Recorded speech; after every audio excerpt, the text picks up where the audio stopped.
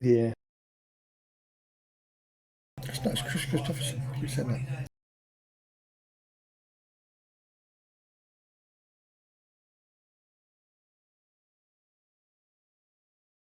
It was Whisper. Yeah.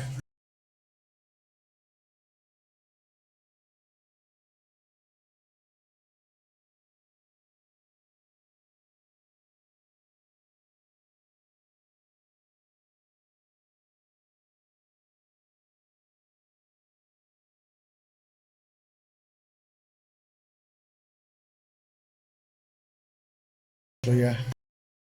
Unlike the picture of Whistler's mum.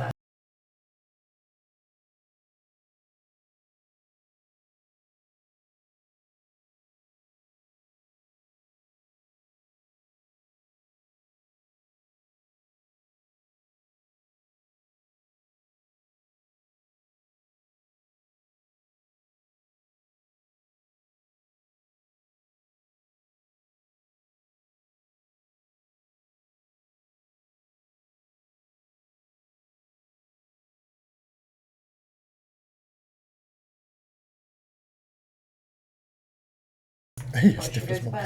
Whistler's mum was from Mr. Bean, wasn't it?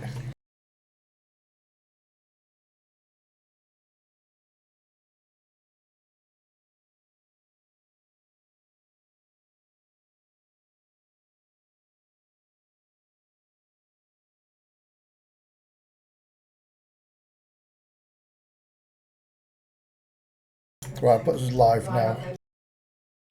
Cool.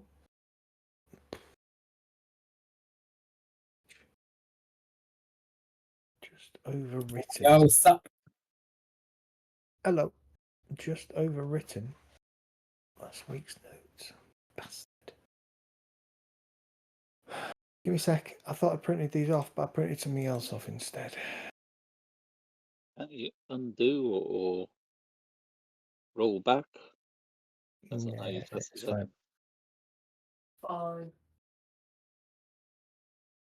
I was trying to find the Kingmaker rule set. Can you make a rule set?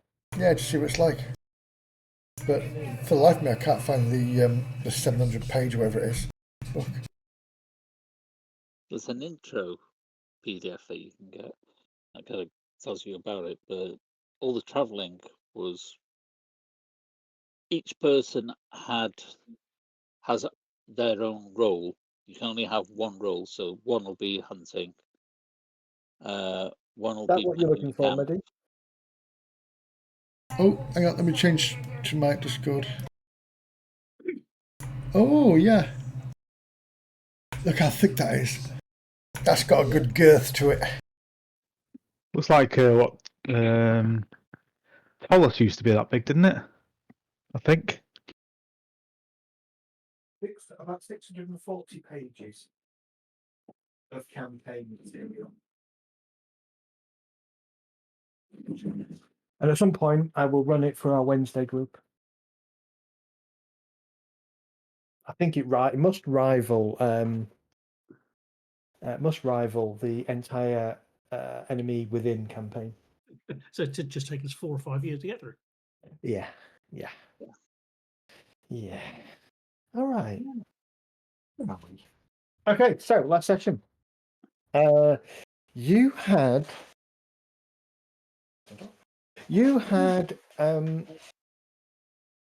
headed out to try and find a friend of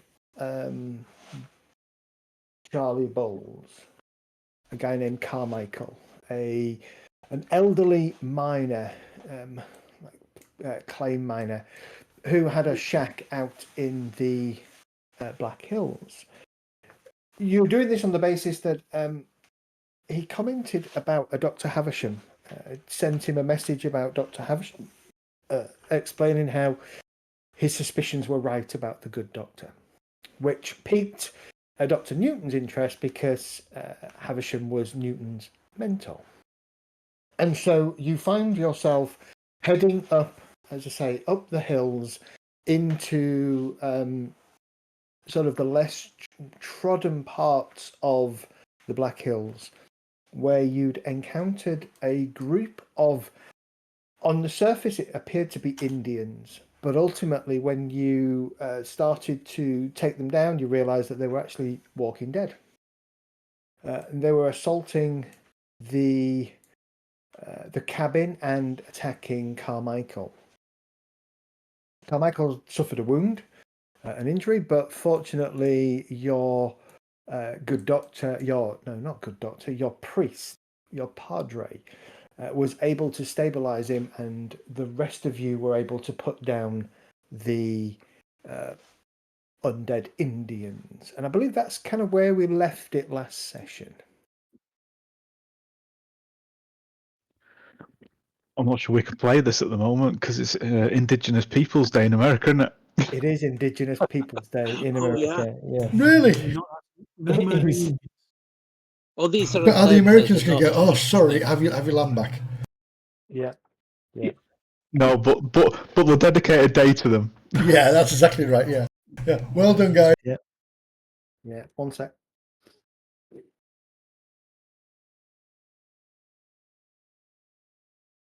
We're not going to admit we took stuff, but have a nice day. So as the last gunshot rings out and the final undead collapses to the ground, you're able to take stock of the situation. It is rapidly getting dark. The sun has already set behind the hills, leaving you in the valley that you're in, leaving you to kind of witness the sun setting. Carmichael is kind of propped up on his balcony, his shotgun nearby, and a slightly woozy look on his face as he takes a swig of drink from a hip flask, and then he kind of proffers it Carmichael. at the padre. Carmichael, Yes. what the hell were those things? It's almost like the dead have spewed forth from the earth and come to attack you, but why? Take him. Goddamn Indians. If I had to guess, I think I'm too close to something. But where these came from and what they are, I don't know. Well, it's a good job that our mutual friend Angry Cloud sent us. Oh, no, it wasn't Angry Cloud, it was Charlie Bull, wasn't it? Charlie Ball, yeah. Yes, our mutual friend Charlie Bull sent us. You're from Charlie? Yeah, he said you might need some help up here. It was this note that you sent him. And you pass over the note, and he kind of nods, and he winces a little bit as he tries to stand, using the stock of his shotgun as a prop. I'll help him as he tries to get up and help him. Well, you best not stay out here in the dark. Come on in, everybody. Well, thank you, sir. And I'll wait to everybody else to come in. So heading inside, let me just move you all inside. Into the zombie lord's lair. Into the zombie lord's lair, yeah. He kind of grins as he reveals his sacrifice on the table. He kind of plonks himself down in a chair. The place is quite Spartan. It is tired, although I think this is a ruined shack that I managed to find. It's not in as ruined state as this. The roof is at least somewhat waterproof, and the beds and things are serviceable. He kind of gestures to you. There's a small fire burning. There's a little bit of warmth in here, and he kind of glumps down on a chair and well, so Charlie sent you, did he? You did. Yeah. Apparently, Lucian Havisham's gone missing, and you know something about it? Not sure I'd call it missing. Not if my eyes don't deceive me. But yes, so Havisham had come to Deadwood about. Deadwater is a completely different place. Deadwood about a month or so ago, a couple of months maybe. It made a bit of noise about some investigations and experiments with Ghost Rock, how he was going to solve the problem for the Unionists and help them bring a halt to the Ghost Rock. It's not working. My brain's not working. How he's going to bring a halt to the Ghost Rock trade by being able to suppress its abilities over a large distance. And so we all thought he was above board and genuine. And then about 2 weeks ago, was it 2 weeks? He went missing. Yeah, 10 to 12 days ago. Or so But- we thought. I was going to say, Or so we thought. if he stops the Ghost Rock from being used, won't that destroy the whole infrastructure of these United Nations?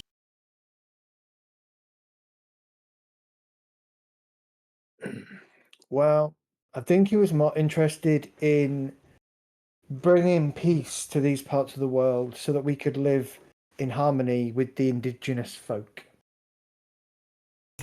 Amen to that. But at least that's what we thought. Myself, a couple of times that I met him when I was in town, I said to Charlie, I didn't think he was as honest and as above board as everybody believed him to be. Certainly not his speeches would have you believe. And sure enough, about 3 days ago, I saw him further up in the hills, about 15 miles further west of here. Maybe a little bit less, 10, 15 miles. I was out that way looking for remains of old abandoned mines, trying to find more ghost rock, but all I found was trouble. In See- what way? Well, I comes across a rather well armored carriage being pulled by several horses. The carriage, it stopped. It was being guarded by Chinamen, half a dozen, 10 or so. And when the carriage stopped, Havisham exited.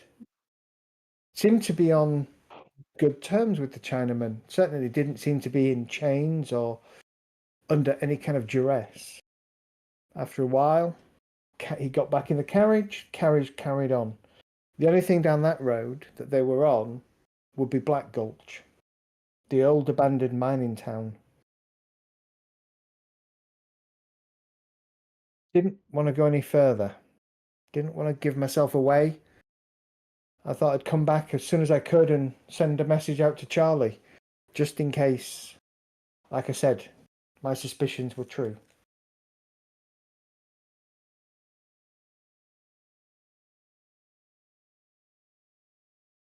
So what are your suspicions about this man? I don't think he's trying to find a way to stop Ghost Rock. I think he's trying to find a way to use it in even more nefarious ways than the Unionists and the Confederates have already used it. But I've got nothing more than the fact that I saw him in the company with the Chinaman to go on. So I may be wrong. Why the mistrust of the Chinaman? The Chinaman, damn it, the Chinamen are employees of Kang. And Kang They have an runs, encampment outside the town. Kang runs. Hang on, I can tell you exactly what Kang runs. I'm going to run outside and shout, Kang! Kang! Yeah. So he He tells you that so the Chinamen that he saw, he is sure were in the employ of the Black Dragon Railroad. The Black Dragon Railroad is a railroad ostensibly created by a Chinaman itself called Kang. And he is one of the railroad barons and is known to be a little on the vicious side in his dealings with people that get in his way. They mysteriously disappear. People mysteriously disappear. People mysteriously reappear, but not in the same state that they disappeared in.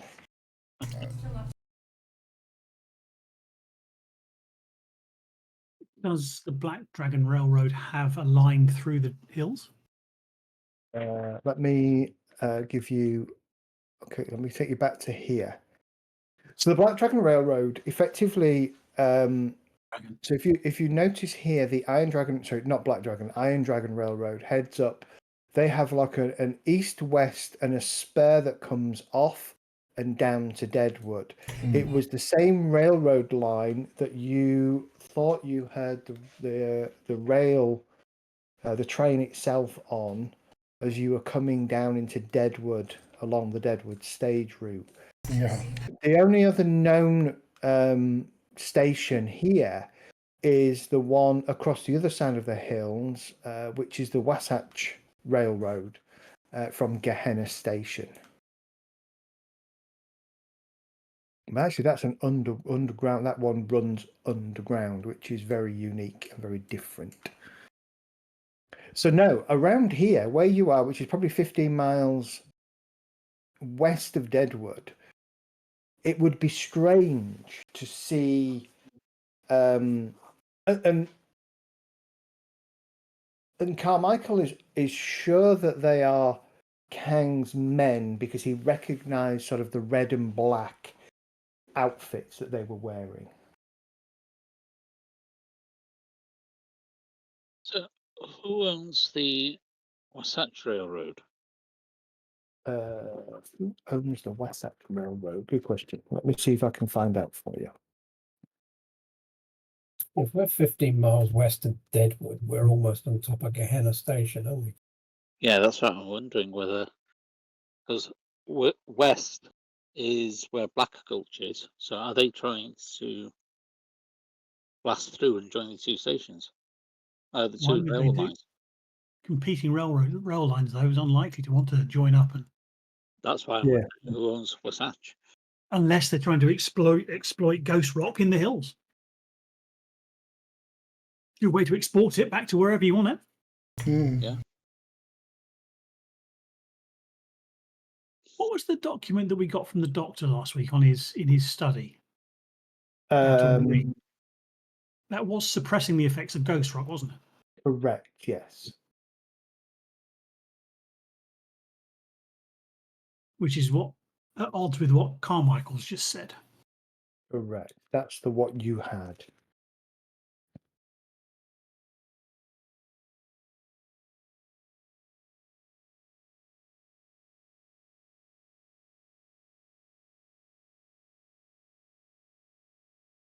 So Kang is a tall, burly Asian man in his late 30s, sports a long moustache, clean shaven.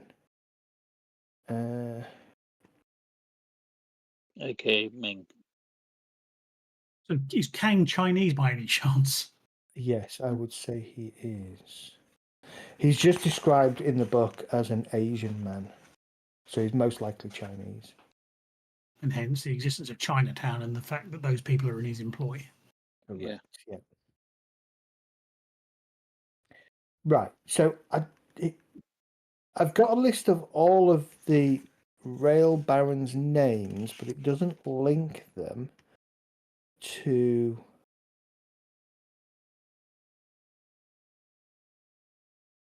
It doesn't link them to the actual rail lines.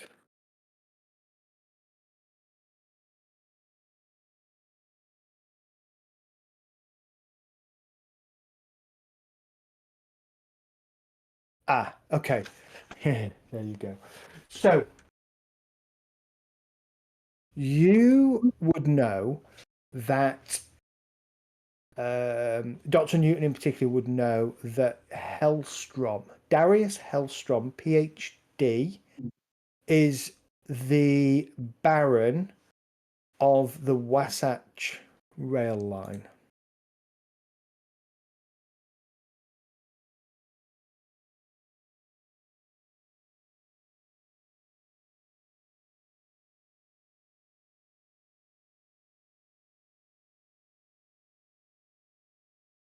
Another name held from.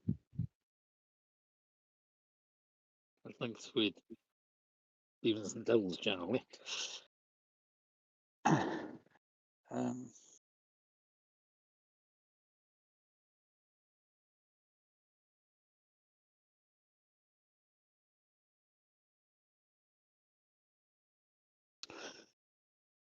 Guess we need to go and visit Lucy and find out what he's doing. I think we need to go to that. Is it Black Horn Gulch? Gulch. Yeah. See, 10 to 15 miles would probably be more or less right for Gehenna Station, won't it? Yeah, I think the Black Hills are probably wider than the map is showing. So, Mr. Carmichael, what do you suggest we do, or what would you like us to do? So the Black Hills are approximately 65 miles wide. So I would say well, no, Yeah. there is a thing at the top, isn't there? I would say it's going to be maybe 2/3 of the way towards Gehenna Station.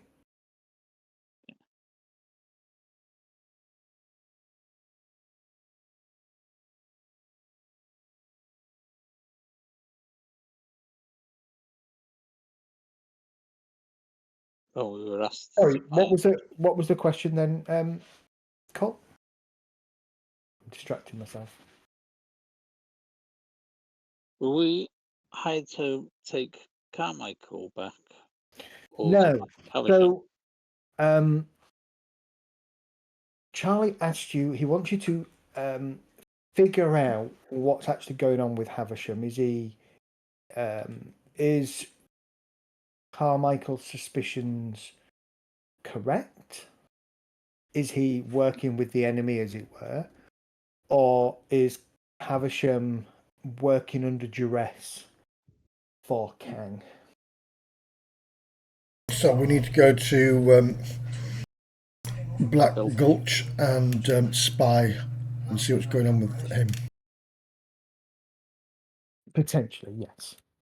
That would be your next logical move. Explain that to Carmichael, and then I'm going to ask him, are you able to defend yourself if we go? If these things suddenly come back again, are you going to be all right? Well, nothing's got me yet. Well, So, only yes, because we turned up. Well, this is true. This is true. The good Lord obviously sees to his own, Padre. He certainly does. But have you got any bear traps? I think what I'll do is, for a little bit of safety's sake for now, I will head back to Deadwood in the morning. Given the late time of the day, I suggest you stay here with me. We can keep an eye out to see if anything else comes tonight, though I don't think they will. I totally agree. When you get back to Deadwood, tell Charlie that we're okay and we're pressing on. That sounds agreeable. Gulch is about there. About where? Sorry. Where I'm pinging. Can you see that? Yeah. Is that a real place? Yeah. Yeah. So this isn't that one. It's just off just off the kind of big lakey thing. Yeah. No, we're talking about here, probably about here or something. An alternative Black Gulch. It got teleported when supernatural things started. Black Gulch 1.0. Yeah, they moved the town they built a new town and and then took the name. Well, before we need them, do you want to refresh people's bennies? No, I thought I'd make you go without bennies today. I've not spent any last week, but other people were a bit short, so I noticed. There you go. Some people are greedy and have extras. There Or you go. had. Everybody has 3 currently. So Carmichael goes about making some food, just some basic stew over the next hour or so. Sits down, lights a few lanterns around the place, invites you to kind of get out your bedrolls and stuff and just sleep wherever you can crash. And then he will journey east back to Deadwood sun up. I try and retrieve my horse. Yeah, you go get the horses. The horses are a lot more. They're not a lot more. The horses are a lot calmer now, and so you can guide them up to the house, and they will quite happily be tethered outside the house and just munch on the low foliage and undergrowth that sits around the shack. The dead undead. Yes. I'm assuming their bodies are just where they fell. Yes. Is it worth piling those up and just setting fire to them? Possibly, but I'm interested to see if there's any indications on them as to which tribe they were, or are there a mix of tribes? Any ways to determine how they got here, like are they Ravenites or something? That is there any way to tell?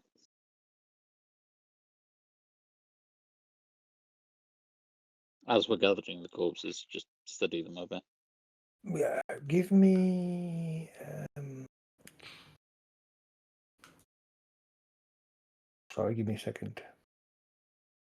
That's a good call because we've seen both types, haven't we? We've seen Ravenites and we've seen the ordinary Indians. Well, so Ravenites can be any race or any tribe. Sorry. Give me common knowledge rolls as you're going about gathering the Indians.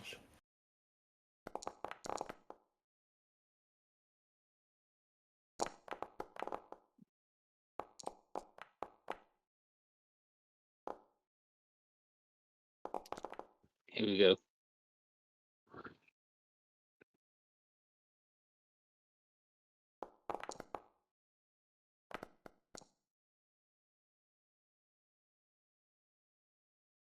Nice, Billy.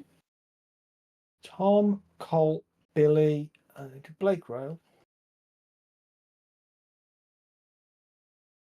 Yeah, after Doc Newton. Oh, seeing everything again. Let me reload.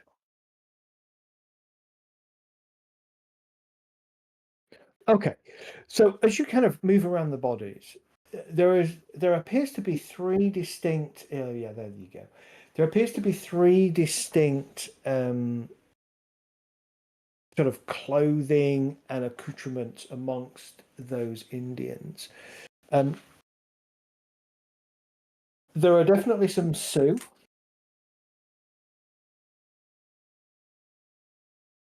But there's also some Lakota and some Dakota.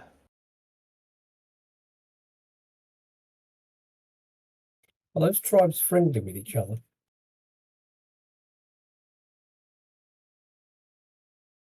Or would I not know that? Oh, actually, sorry, Dakota. Dakota are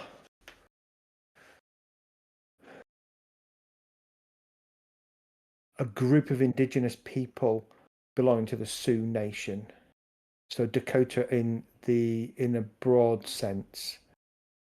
And you've got Eastern and Western Dakota. So they will mingle. Yes, they will definitely mingle. Anything unusual about corpses, like things carved into the bones or tattoos on them or something to Or to have dirt on them. animate them. Yeah, to animate them. How were they animated? Anything is a clue. I'm more interested to know whether they've climbed up from the grave or whether they've been killed and then brought back. So, Tom, that's a really interesting question. Give me an occult roll, please. If you have occult, you can roll.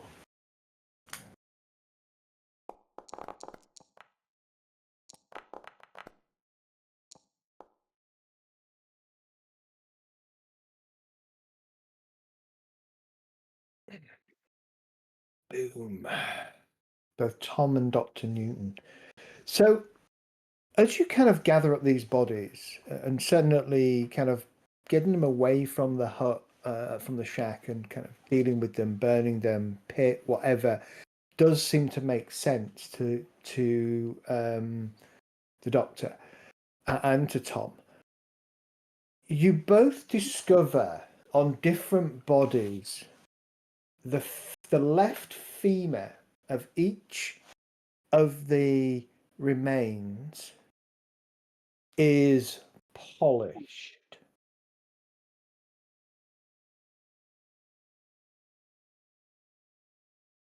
And has a small, some small scratching on them, I think. We'll check.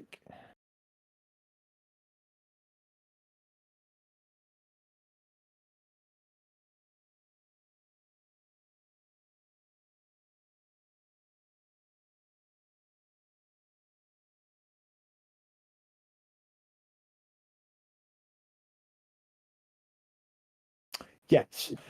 So they have a femur, and each femur has an intricate sort of intricate markings on them that are.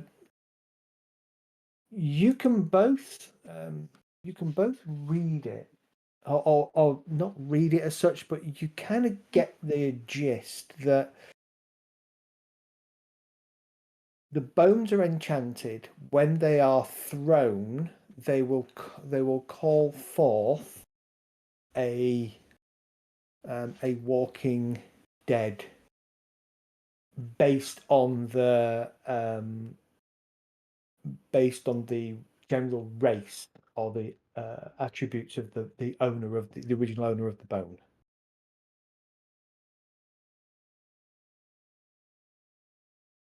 So you could potentially do it to a horse. You could potentially do it to a horse, yes.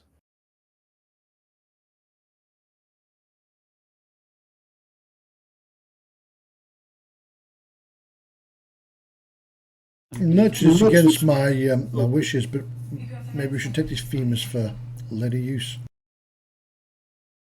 Yeah, would we be able to do anything, or is it an actual right we have to learn to be able to use? You would need to actually learn the right to use them. You also get the sense that whatever was inscribed has been used, and so now all it is a very polished bone.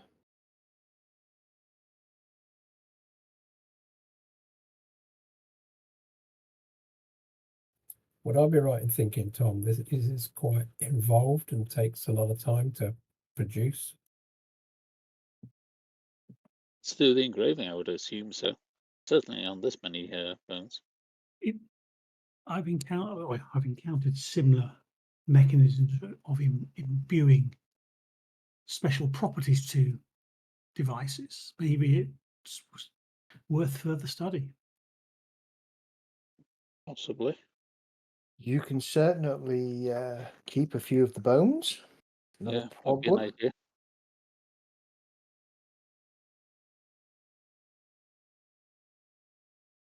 Yeah, I'll take a couple for study purposes.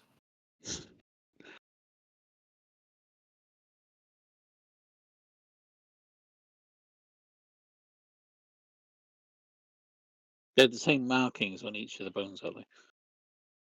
Yes, as far as you can tell. Okay. if we go back to the horse eaters place and look at the size of the femurs of the Walking Dead, do you think they'd have the similar marking? You mean those things that the skin? Not the blood ones. No, not the red ones. No, the other ones. The normal the Walking Dead. Ah, the ones that came up afterwards. Mm-hmm. They still had a bit of flesh on them, though, didn't they? The bloody ones did, but the other ones were just Walking Dead, weren't they? They're just Walking Dead, yeah. Yeah, I thought they were zombies rather than skeletons. They were Walking Dead categorizes both the kind of the classic zombie and the walking skeletons. So Right. some of them would have had bits of, well, no, because they came up out the bog. Yeah, they might still have had some flesh on them, but not lots. Yeah, I was just thinking, if there's zombies, they couldn't have carved it into the bone, is what I was No. thinking, more than anything. Oh, of course you can. You cut open the leg and carve the bone. They're dead. They're not going to squirm. Yeah, it's trying to find out whether they're created or with this horse eater thing brought them up. It would also link the two together if they had the same carving. That's what I'm true. getting at. Yeah. I guess when we head back to town, it's a trip back up there to check it out at some point. Well, we don't have to. We've got a friendly reporter who can go up and have a look, can he? Yeah, somehow I don't think he'd want to go up there on his own after what he saw. What I'm thinking is where they're going to get all these thigh bones from. Have they raided an Indian burial site? Well, there's been plenty of battles that they could have acquired bodies from, but I was thinking the same because it all depends on the local tribes and what their traditions are. You'll get some that I think some of the local tribes bury them in burial trees, some in burial mounds. Burn. I know further west they cremate. So I'm a bit worried about the Custer's troops that all got killed. An army of these with guns. Well, if it's true what they say about this king, then there's nothing to stop him just kidnapping some Indians and killing them. Is there do any of the Indians or any of these sort of undead Indian bodies have any other evidence of wounds prior to us meeting them? In other words, are their clothing damaged in any other way? Are they all executed or? how deteriorated are they beforehand? I would have thought as well. So the interesting thing is, from a distance, the clothing looked pretty. It looked disheveled and kind of run down, but it didn't look tatty. As you get closer, the clothing is tatty, and does show signs perhaps of once upon a time being buried or covered in something. Most of them, you reckon, apart from maybe two or three, or one or two, sorry, have small holes in them that would denote gunshots, yeah. But not, there'll be one in a back, or there'll be one in a side, or there'll be one in a leg, or there'll be one in a shoulder. Gunshots in the sense that nothing suggests they were rounded up and executed. So potentially shot on a battlefield or at some other a raid or anything. So it could be any of those. The other thing that you're aware of is Deadwood is technically, it is in the Sioux Nation's territory, and there is an uneasy peace, but you've investigated a couple of or at least one thing now where they've tried to blame Indians for the death of white folk. That is happening all the time, right? If a miner or a prospector moves onto goes wrong on a path and could end up outside of their claim, that has been sanctioned and approved by the Sioux nations, then they are fair game. As far as the Sioux are concerned, they're trespassing and therefore they are fair game to be dealt with, however they see it.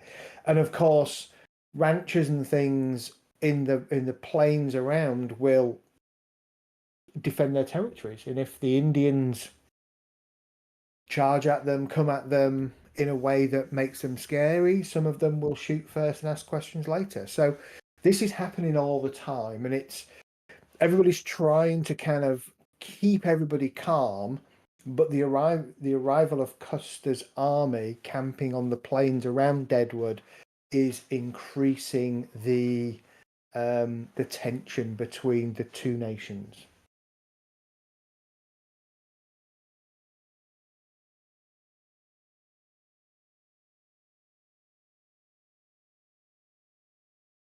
Carmichael doesn't really offer much about the femurs. He's sort of, it's not something he's really heard of, but he doesn't seem at all surprised or phased by the fact that a bunch of undead Indians have just attacked him. Has it happened before? Just another evening. He tells you it's not happened to him before, but he's heard of it happening to others. Some of those, some live to tell the tale, and then there are other people who have just disappeared. And he often wondered if it was these kind of things that were happening to his, the other prospectors. Does he know, or does he have any thoughts on why it's happened to him today?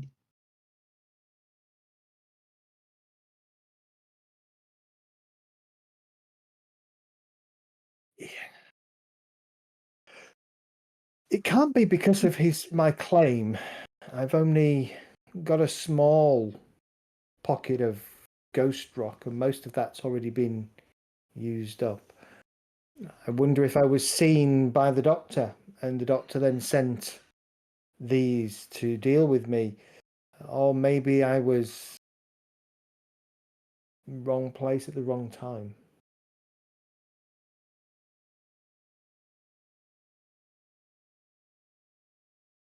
Seems a little too coincidental to be random. Well, since this is the first time it's happened to me, I would agree on that. Maybe it's to make it look like an Indian attack. Another thing to blame on the Indians. And there are a number of arrows and things that would be stuck on the porch and stuff outside. There would have been times when the Indians that were attacking were just loosing arrows randomly. And it kind of, perhaps, is this...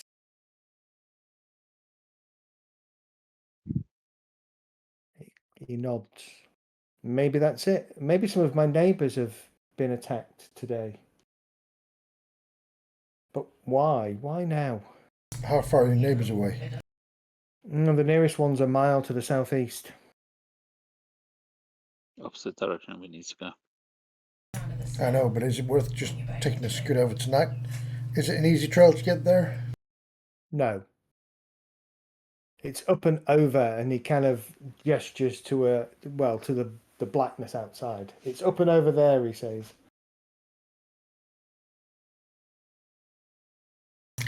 So more than like an hour's ride. Yeah. I'm not taking the horses out in this. No. And it's probably only about half a mile in a straight line, but it's about a mile and a half up and over the hill. Yeah.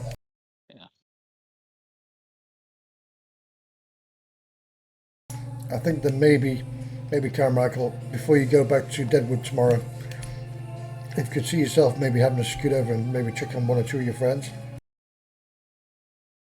I think I'll do that. And what I would suggest, kind of on my way anyway. I was going to say, what I would suggest as well is if there's any signs, if they're dead, and there's any signs of Indian attack, maybe get rid of the evidence, maybe get rid of the arrows. You think this is most likely what's happened? Well, if that is a theory, then perhaps. But the last thing we need is Custer on his high horse coming over here and trying to sort things out himself. Well, I agree with you on Custer. That is going to end up bad. Well, I think I'm gonna go on. I was going to say, there's no need to send a singular old timer over the hill in the morning. You know, we're setting off at first line. He'll only had a short amount of time there and back and through here.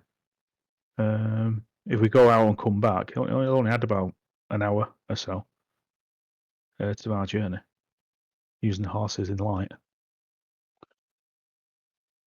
Fine by me. He I'm nods. over that. Well, that'll be mighty kind of you. Mighty kind. Well, I'm going to go to bed, he says, and he kind of stretches a little bit sorely from his wounds, but then he kind of goes off into his little bedroom through a curtain. It leaves you to your own devices in the main room. I'm going to set up my horse alarm and ask it to neigh if there's anything that's close. Okay. No problem. I'll just go to sleep. The night passes without any further incident. You all wake the following morning nice and refreshed. Those of you who spent PowerPoints, you may refresh those back to full. Yeah, didn't this time. You wake to the sound and smell, to the sounds of Carmichael moving around and the smell of bacon cooking. Nice. That was either that or he'd actually died in the night. Oh, And that's what we could smell. Or he's having a dump. Hit himself. He kind of smiles at you. There's also coffee brewing. Excellent. And so for the next sort of half hour or so, as you kind of all kind of wake up, it's still darkish. The sun still hasn't quite peaked and over top of the hills around you. So the valley is still cast in shadow, but it's not as dark as it was the night before. You enjoy a good breakfast, some coffee, some bread, some bacon, and then ready to depart. Well, I remember. Thank you, Mr. Carmichael, sir. Just safe journeys when you go back to Charlie Bull. That will do. He'll go to the outhouse and he'll pull out his mule. Is that a euphemism? It is absolutely a euphemism. It's the size of a mule. Yeah, you'll find him tugging his mule out the outhouse. Yeah, so he'll bring out the mule and he'll kind of saddle it up and he sort of nods. So, are you go? If he said, well, Black Gulch, about 15 miles that direction, maybe a little bit less. Not really that good at keeping track. It feels about 15. And then the Peterson place, and he points up over a hill. You can see he kind of, with the sun kind of just touching the tops of it, up and over there, about a mile or so, mile and a half journey, up and down. He's a fairly okay fella, keeps himself to himself, a little bit crazy in the head, but if he's there, say hi to him and get him out of the hills if he's been stalked by these things. Will do, sir. And you mind if we use this house of yours on the way back for a resting place? Yeah, he says, not a problem. Please Thank you. leave it as you found it, he says with a wink and with a smile.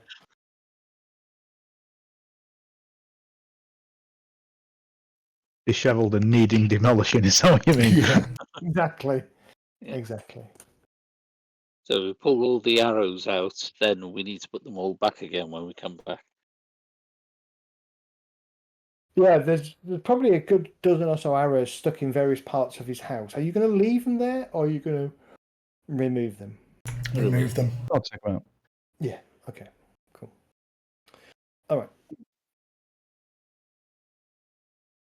So, the plan: are you going to head up to the Peterson place, or are Yep. you going to? Okay. All right. So you follow the sort of the directions, the loose directions that you were given by Carmichael, and it literally is taking your horses and going that way up a hill, and then trying to find a route up, and then find a route down. Here and there is places that have definitely been cleared of brush and trees, but there's no real path. You don't get the sense that Carmichael or Peterson travelled between the two claims frequently, but they did travel enough that they've given themselves a fairly a slightly easier time of it in order to kind of make the journey between the two. And also you get the sense that it would be much easier with mules rather than horses. But you can make your way up and over the hill. Probably take you about hour and a half, hour and sort of 50 minutes or so. So it's kind of late morning, probably close to 11 o'clock, as you're kind of coming down through sort of a coat of trees on what would be the snow line. There's a little bit of snow at the top as you kind of come over. The view from there is pretty good, although it's still not the highest peak around you. It's still fairly, but it's still a good view. And as you look down in the valley, you don't see any sign of smoke or anything like that. And your main view of the valley floor is blocked by, as I say, by a tree line around the snow line. I'll have spent a little bit of the morning whilst people are in breakfast just repairing and a bit of time last night just repairing the lariat, retying it and whatnot, because I assume it was cut near the actual loop. Yeah, it would have been. Yeah. So it's probably a foot shorter, or a couple of foot shorter. When we go over, how thick is the snow? It's in. We're talking less than 2 or 3. Probably 2.5 inches. Oh, that's all right then. It's still very early. I was just expecting the doctor to use dynamite and we end up with an avalanche or something. No, it's not that bad just yet. It's not that bad. Oh, As you kind of come down through the tree line, here and there you can start to see signs of occupation. There is here and there you'll spot rabbit snares. In fact,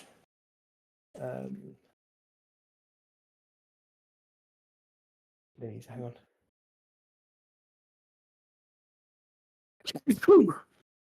You sure?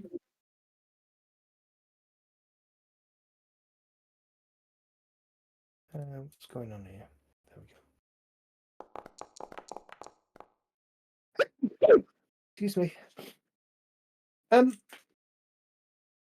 Yeah, so you'll start to see signs of occupation, rabbit snares, and actually a couple of them as you go past still have rabbits in them. Problem? They're slightly stiff from the cold that you had overnight, the early autumn frost, but probably caught in the last 24 hours. Well, that's not a good sign. No. Going down through the tree line, you kind of find what is a definite sort of path a little bit more prominent than some kind of game path. And it kind of runs sort of down and round a small rocky outcrop or a rocky bluff. And as you kind of come round the outside, you will see just below you in a small, shallow depression what appears to be a half burnt out shack. That's extremely not a good sign. But no smoke, so it's not a recent thing. Oh, no smoke.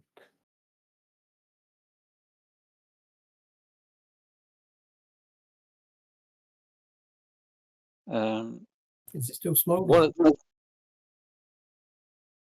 There is a little bit of heat coming off it, but not enough to generate any real smoke that was rising up and above the trees. Any sounds of wildlife? You can hear birds, you can hear animals, yeah. Yeah, that's fine.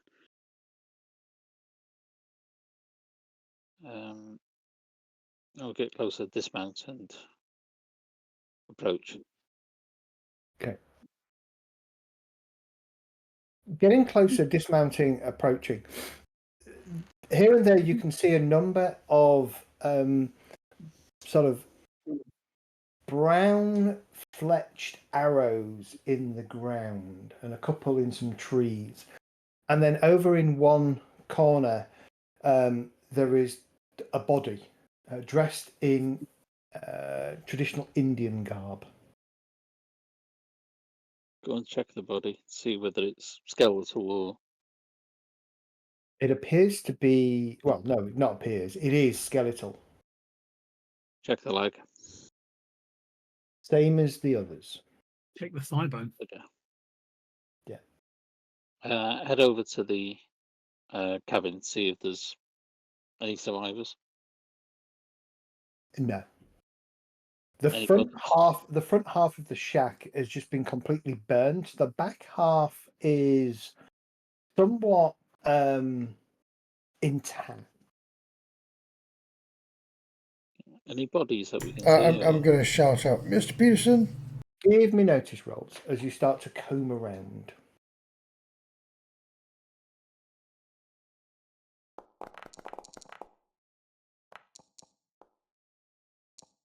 Beautiful. Look at that.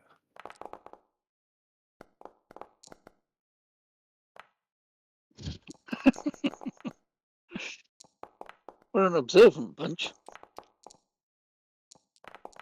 No, I think you're very focused on trying to find Mr. Peterson. Everybody at least got a success, and most of you got at least two of you got at least 2 raises, and 2 of you got 1 raise each. Okay, so you can ask me between you. You can ask me 5 questions about the location.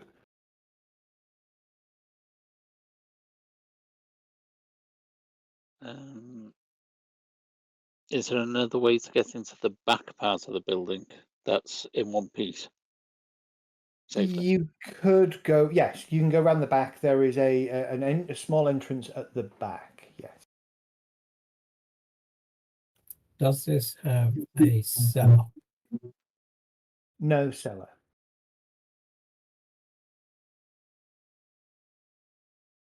Whereabouts would his mine be from Oh, his okay. shack? From the back door, there is a well-worn path heading up the other side of the bluff that you came down. And by the back door is a pick, a shovel, and a small kind of paraffin lantern. And a bucket. That's got to be the path to the mine then. Yep. Is the charring on the building recent and warm, or is it days old? And There is still a little bit of heat coming off the charring. So as you kind of move to it, it's not so hot that you can't get close. There is some very slight red embers at ground level, but it's yeah, you can still feel some heat. I mean, Doctor, you would put this at least 12 hours old, between 12 and sort of 18 hours. So the Indians that attacked Carmichael's hut could easily have come through here as well. Yes. So does that make it coincidence at Carmichael's, or the fact they were clearing house and getting rid of people in the area? Especially those with a Yeah. claim. Hmm. Were they at the same time then, or was this before Eh, Carmichael's? Similar time frame, maybe an hour before. I mean, certainly in the So- last more than less than a day. So you arrived at Carmichael's about 7 p.m.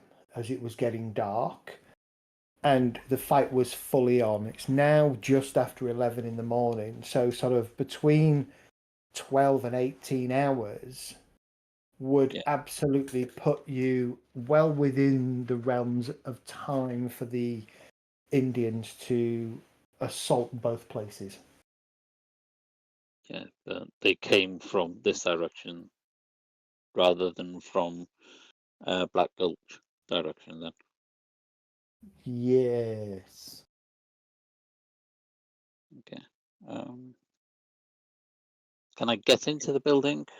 You can On the absolutely back get end? into the building. Yeah. Yeah. Yeah. I'll get in and just check that there's no bodies or anything in here to show that he's been So killed. Or you would okay. So as you start to kind of comb around, the front half of the building, as it obviously burned, collapsing on itself, and you will find that under some partly charred beams, you'll find the body of a not too old, certainly not as old as Carmichael, maybe mid-40s, mousy coloured hair, sort of like a goatee, goatee beard, mustache.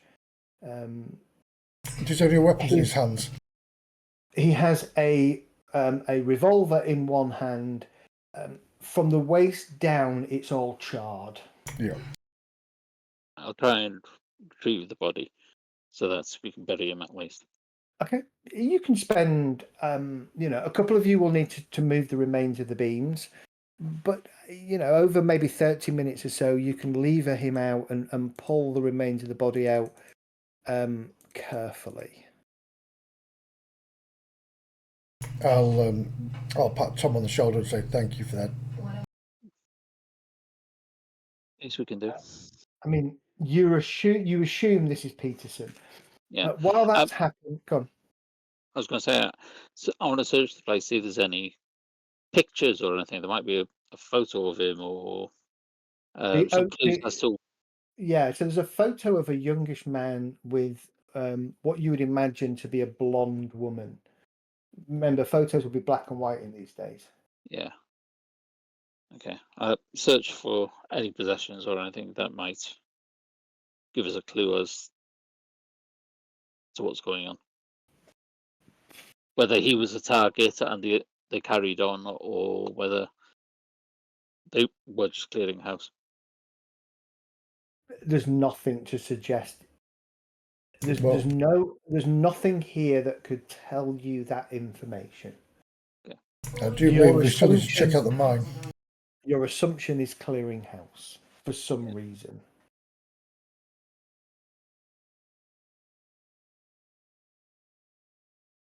I'll say a few prayers over the body, and I'm going to go up this well-worn track to the mine.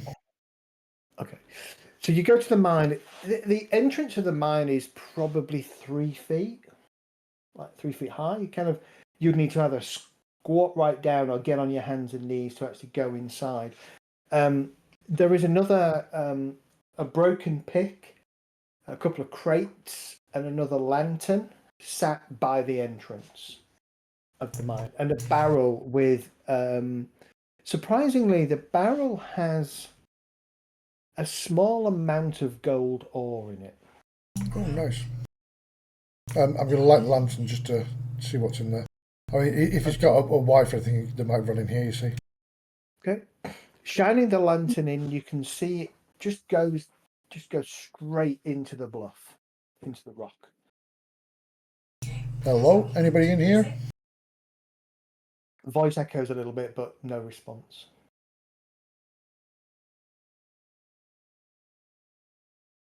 Okay.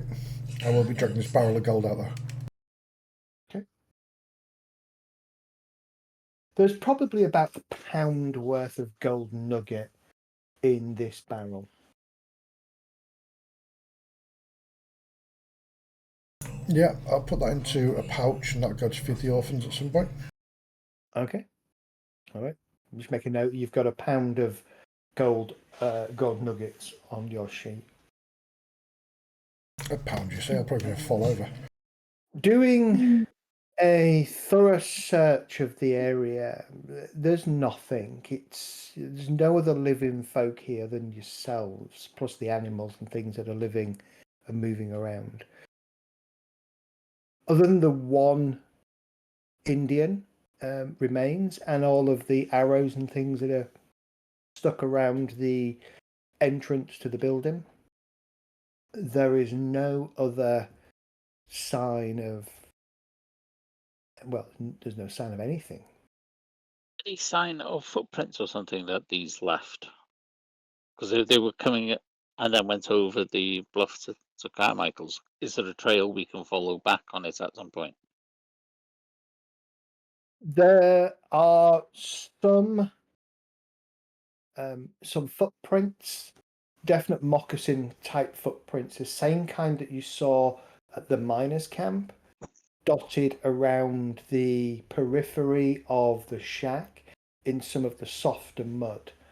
Trying to follow them, though, you kind of very quickly lose them as they do kind of seem to head up the route that you came down, but you lose them before they reach the tree line, and it's hard. You've no chance of kind of following them at that point. It was more backtracking to see where they came from before that. I was thinking the other direction, but yeah, same issue. Yeah, same issue. You'll be able to see them coming in from the. Well, actually, what's interesting. So you were southeast, so they would have gone northwest to Carmichael's. You will see them. Will have come in from the west. Ah, that's the way we're going now.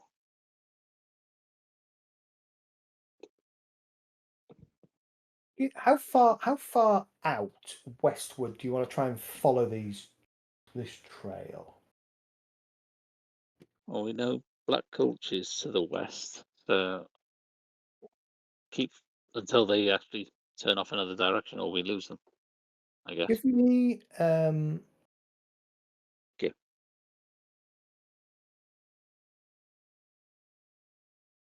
trying to think if survival exists. Not really. Everybody give me notice rolls, please. Survival does exist, by the way. If you've got survival, you can roll survival in lieu of notice.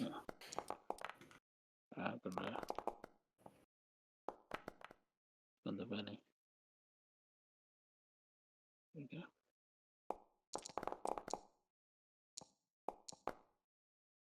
That's better.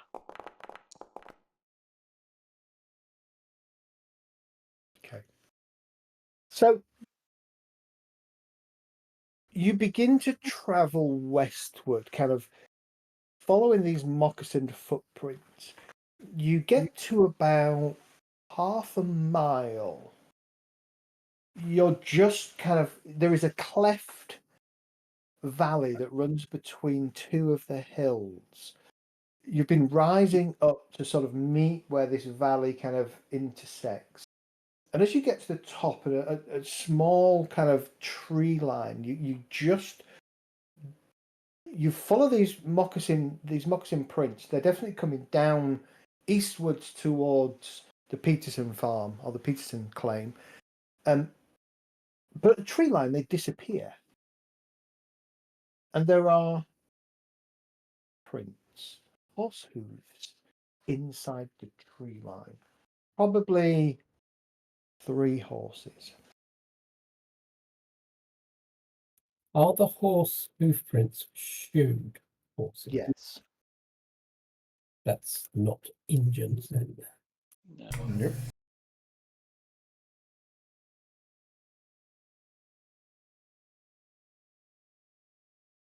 And this is among trees, so you couldn't fit, say, the carriage that Carmichael saw wouldn't fit in these trees. It's just No. okay, so it's just the horse. And the valley that you've climbed up has got too many big boulders and things stuck in it that would make it and gorse and that kind of stuff that would just make it very difficult for a wagon to kind of roll down there as well.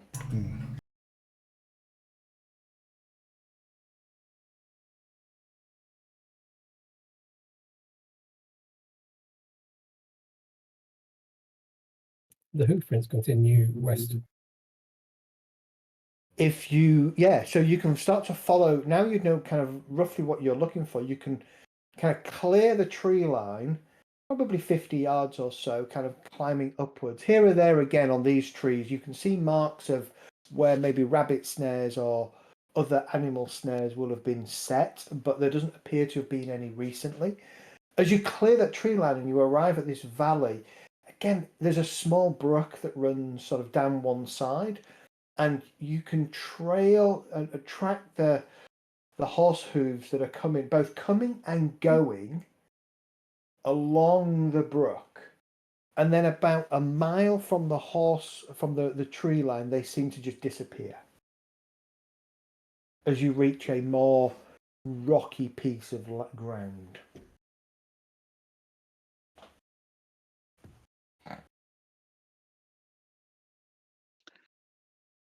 They kept going west, did they? They were still going west at this point. Yes. So we carry on going over to Yeah, I agree. Black Gulch. It's a bit coincidental that they're heading the same direction as us.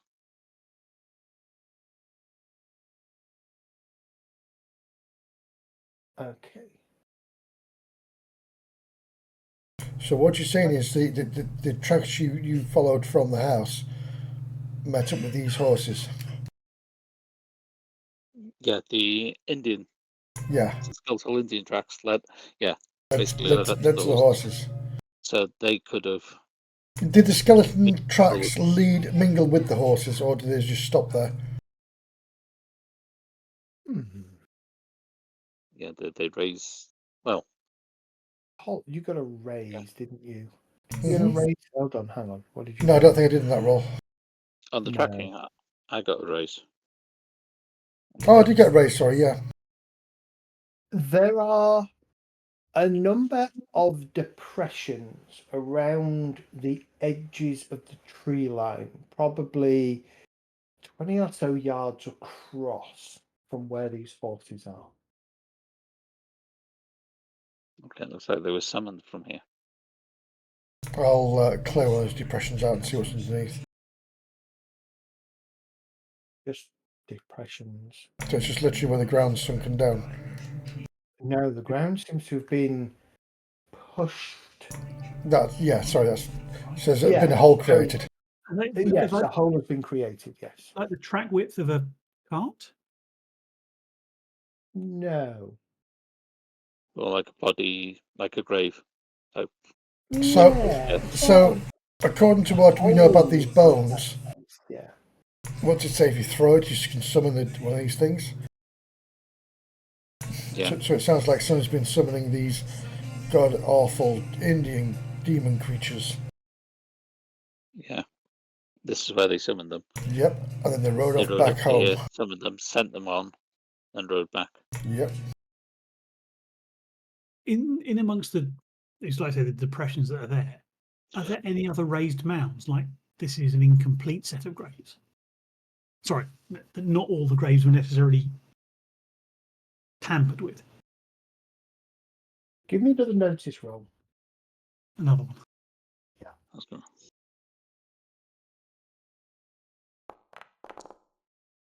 Oh, you sod. Where the dice knocked it off a 6. Not compared to last time. Oh, sorry. Reroll with the penny. There we go. There are maybe another half a dozen faint on the surface around the edge of the tree line. There are some sort of mounds that you would mistake for just uneven ground. There's plenty of it around. But it might not be as natural as you would expect.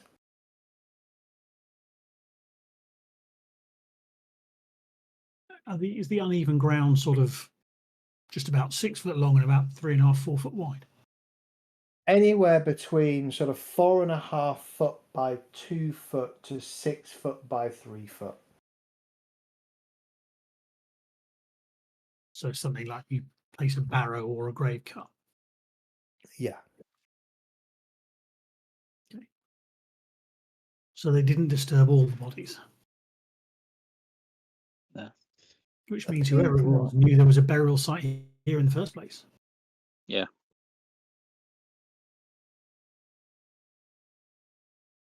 There may be powers that allow them to find bodies. I don't know. It's not right than desecrating the dead. So,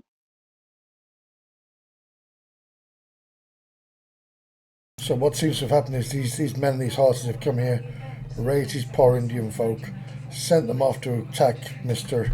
Peterson and Mr. Carmichael. And of course the blame will come onto the Indians that they've killed these poor miners. that's what the clues indicate. Indeed.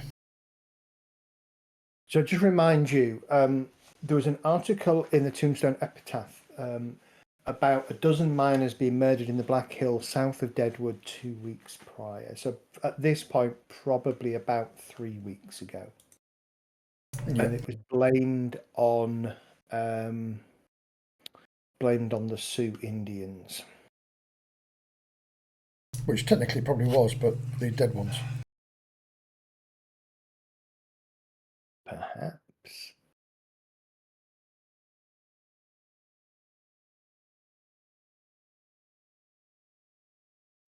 Probably need to speak to Never Smiles.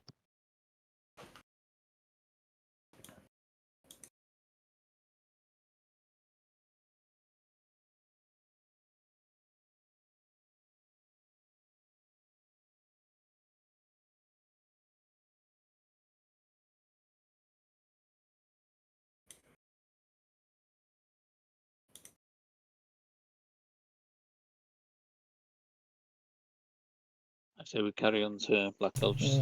We might find these people. Follow If not, these. we will. Follow Never these. Smiles when we get back. Follow these tracks and see if they pick up after the ground gets softer.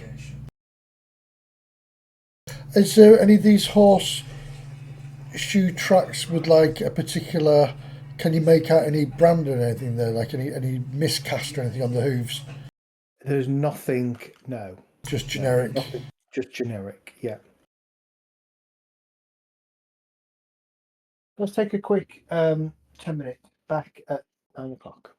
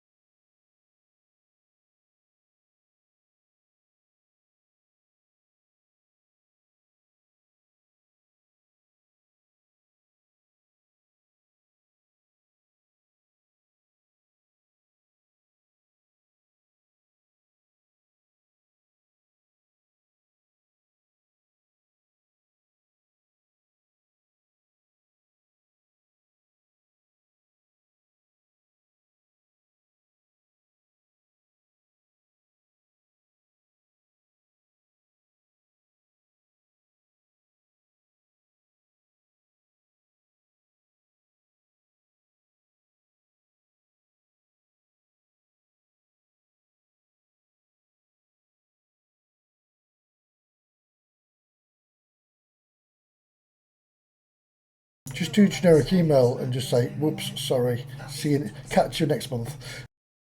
Yeah.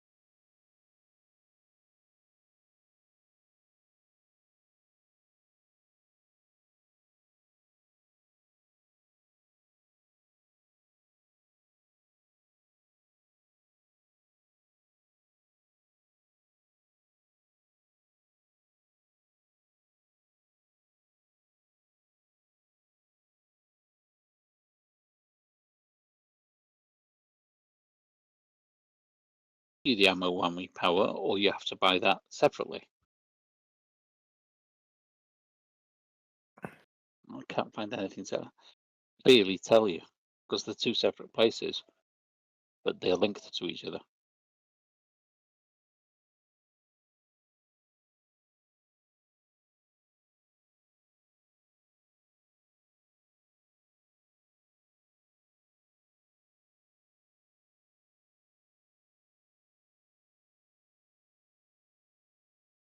You would need to have the powers yourself. So hexling allows you to carve runes onto your weapon, right? And then the It says hexslingers who learn Horde secrets gain the ammo whammy power gain it. Okay, so then you gain it then. and can create their own rune engraved hex guns. Yeah, so the ammo whammy. So the power can only be used by a huckster with the hexling and edge. Yeah, that's what you'd get, which would give you the ammo whammy power. Yeah. And then you use that, right? So I was just wondering whether I'll ever get to use it before we finish this adventure, or whether I then have to have another advance to be able to buy it. Yeah, not normally you would get an edge called new powers. Your character knows 2 new powers. So that's normally what you'd buy as for powers. Yeah. Right.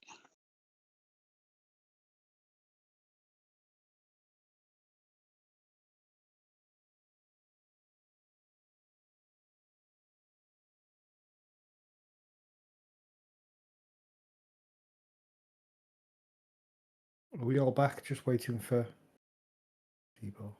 Yep.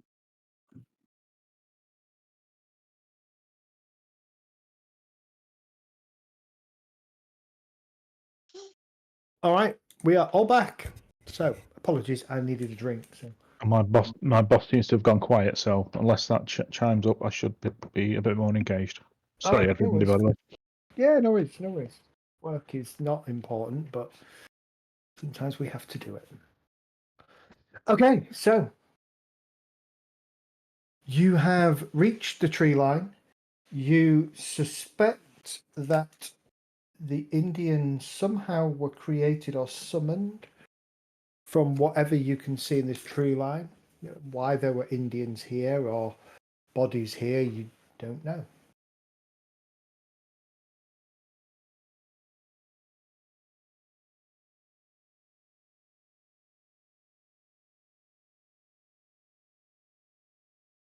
Have a little look around, see if we can see anything.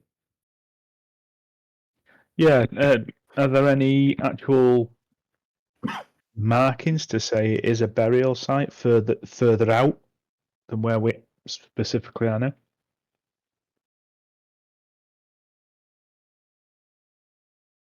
Not that you can see, no.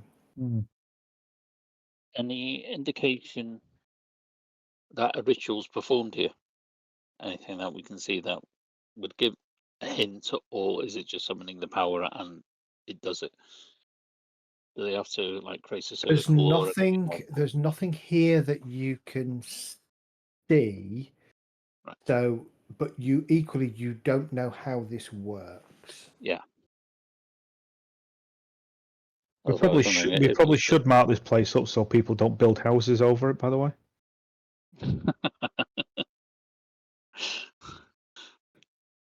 It's not the Indian burial ground you worry about. It's a pet cemetery you got to worry about.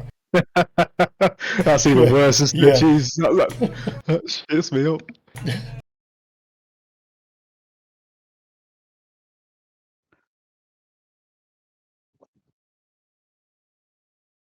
Like I say, I think all we can do is go to relevant places and then speak to Neversmiles, I suppose.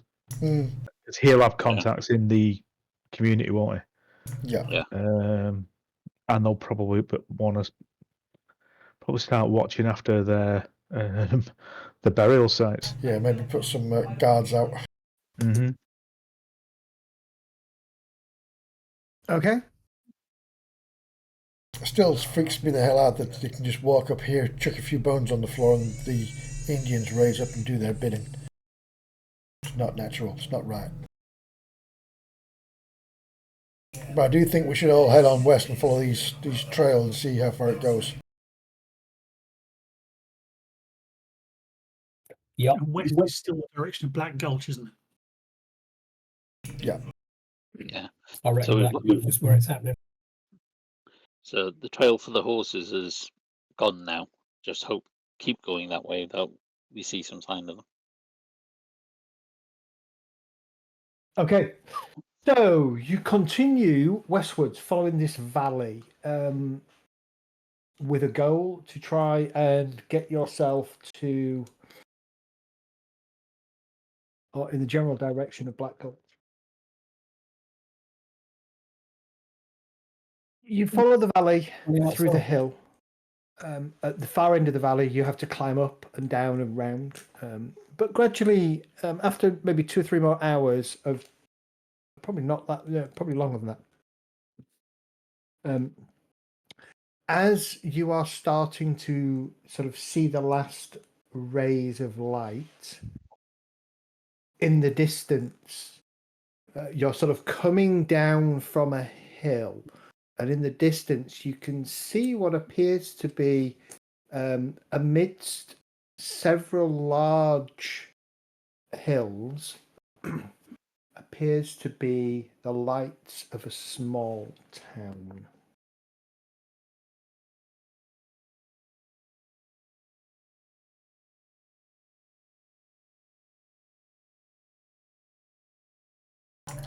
So we're going to ride in as normal.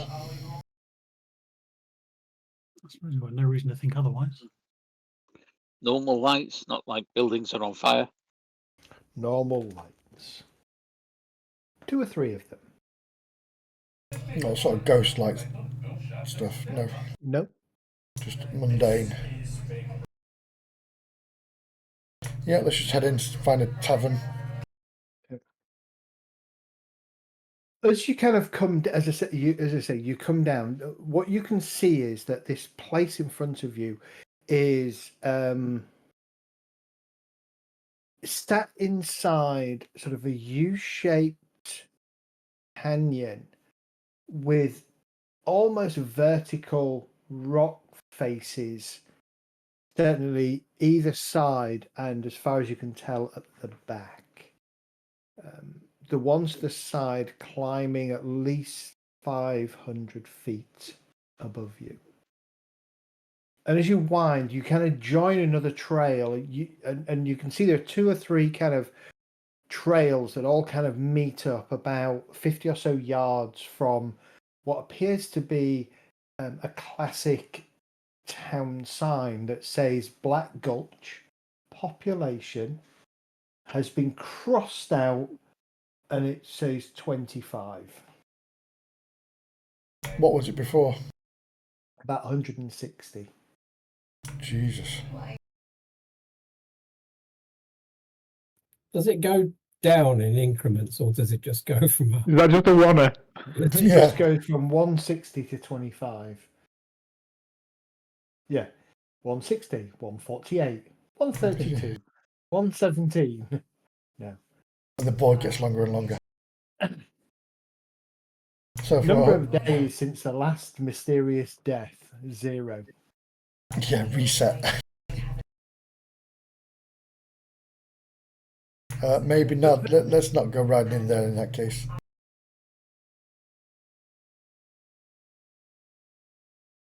You can make out in the fading light. So it's literally a high street, a singular street, row of houses, buildings on each side. Then seemingly at the end, you can see the faded white of a church building with a spire. Any sign Knew of it. the Knew it. heavily reinforced carriage? There are definite carriage tracks running in here, yes. That we can't see. What's his name? Lucy. Have we been playing too much Yeah, Diablo 4? Havisham's carriage, because it was heavily armored. You It's can't described as- see a heavily armoured carriage from where you are, no. Yeah, it's not going to be like a Diablo 4. We go to a church that's all full of dead bodies and things. I was going to be a demon and rose petals floating. Yeah. Mhm. Okay, well, is there signs of an inn? There isn't the usual noises that you would associate with a saloon, no.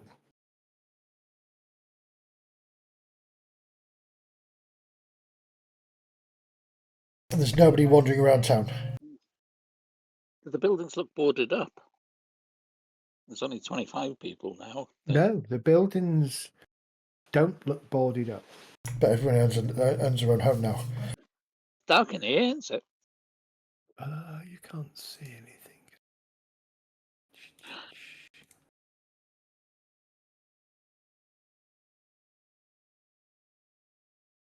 Ah, there we go.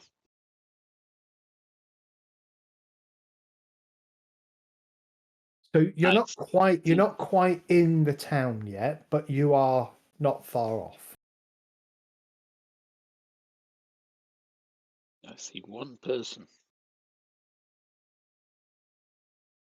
Yeah.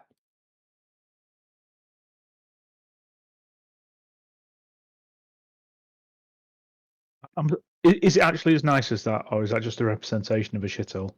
That it is. It is more run down than this, definitely. I was going to say the fruits and veg store was open on the side. No, they're just wagons. They're just abandoned old wagons. With colourful tops. It's always the problem with maps, isn't it? Everybody Yeah. assumes it's exactly as you see it. Yeah. This is more... yeah, so you've got a number of abandoned wagons with faded, but maybe would have been colourful tops, sort of whites and reds and things. The closest... Let's have a look.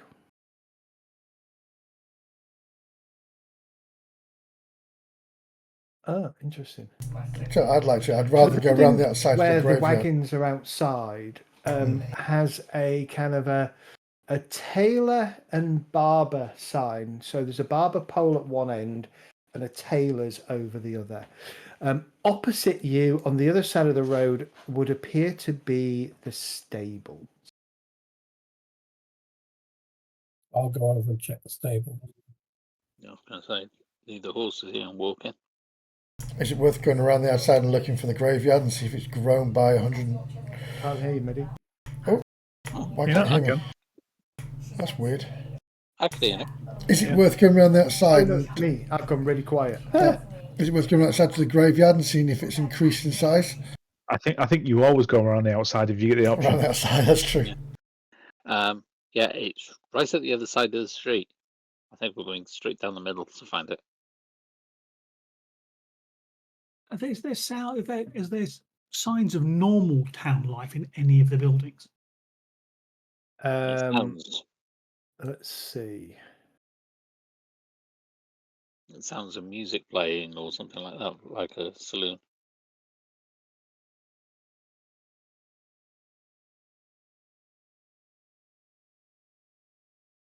Is it There quite- is so there is light coming out of the two buildings at the far end and out of this building here, where you can just about make a figure that sat on a sort of a rocking chair, just rocking gently in the fading light. Do they have skin? Every so often you can see the face lights up. It's got They a pipe just- or a cigar. Yeah. I was thinking that's just the eyes glowing deep red. Okay, well let's bite the bullet. Let's ride up find. toward Yeah, the inn or the saloon. Okay. I'm just thinking though, if there was a game to do it, this would be the game to make a female Native American up tracker and call her Buffalo Girl, wouldn't they? Yeah. And you could actively say Buffalo Girl is going around the outside, and you'd be around the outside. Yeah. You were way too quick with that.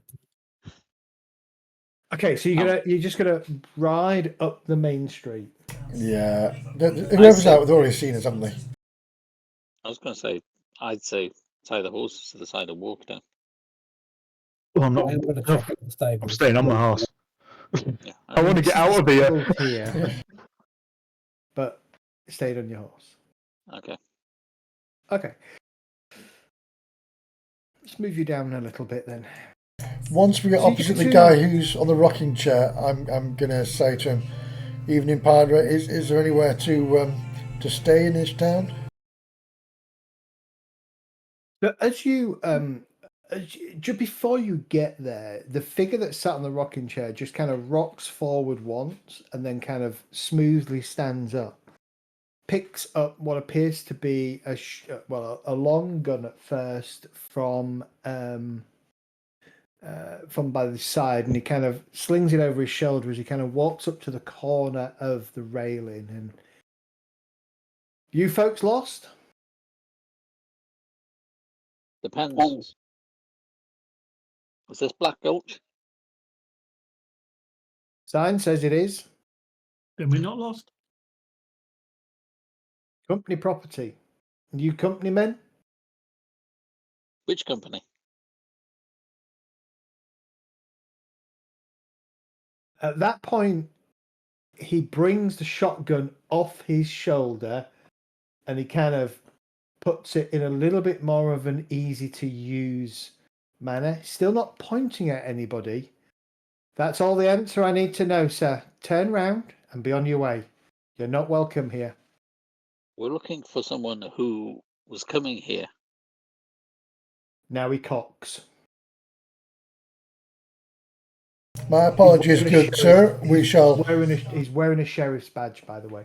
Yeah, my apologies, sir. We were just looking for Havisham, wasn't it? Yeah. Well, let's Looking go for a around. gentleman called Havisham, but we'll be on our way. I'm looking around to see if there's anyone else. In Give me windows notice. or- Give me notice rolls.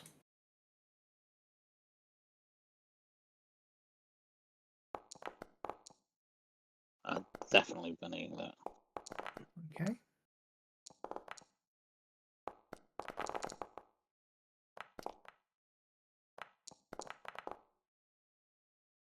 Better.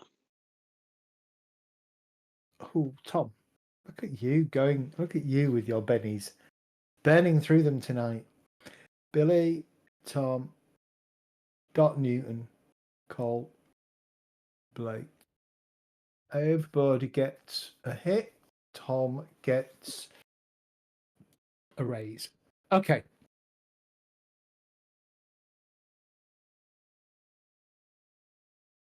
You can see three figures on the nearby roofs. Crouched down, but with you can see the kind of the barrels of rifles all pointing down in the street. And Tom, you can see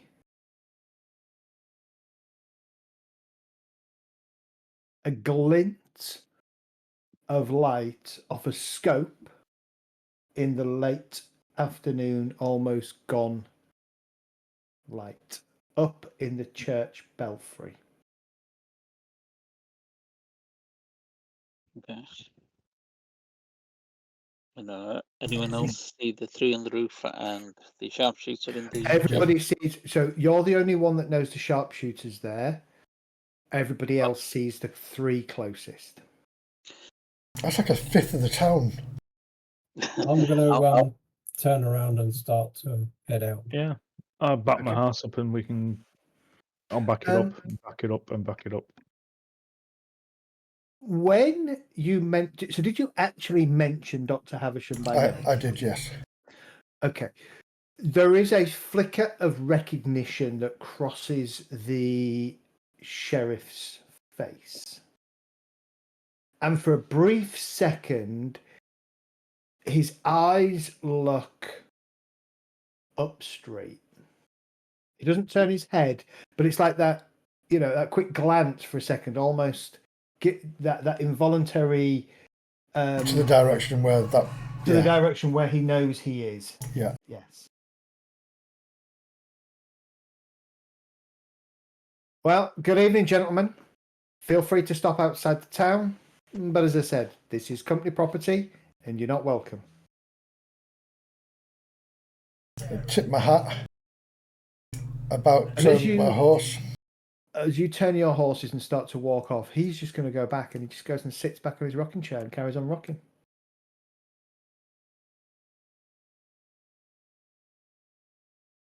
And you kind of reach the outskirts of town. Any sign anywhere of the name of the company that owns this town then? Nope, none whatsoever. Is there any sign, any indication of a railroad coming through? Not here, no. Were any of the people we noticed on the rooftops of an Asiatic origin? A bit too dark to tell.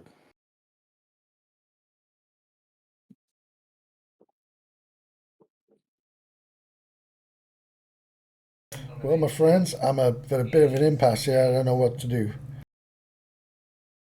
Seems like the sheriff knows Havisham. Seems like they're expecting trouble if they've got 3 en routes and a sharpshooter at the end. Nah, it just means they're guarding their own little place. But it's a bit of a stretch to say that they have nothing to do with 120 people disappearing. Well, they're not. This isn't exactly a busy location, so having people permanently on guard, there's something going on.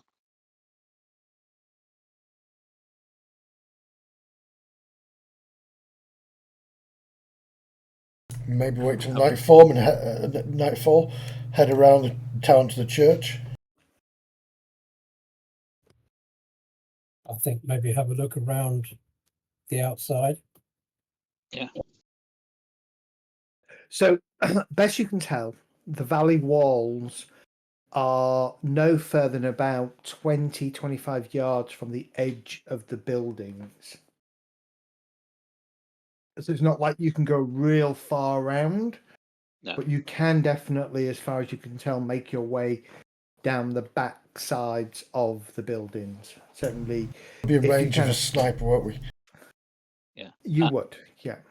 And it's all going to be in shadow because, well, it's going to be dark for a start, but there's not going to be any moonlight getting down there on the edges, I would have thought. No, you definitely can't blame it on the moonlight. Can we blame it on the movie? Yeah. Bloody boogies.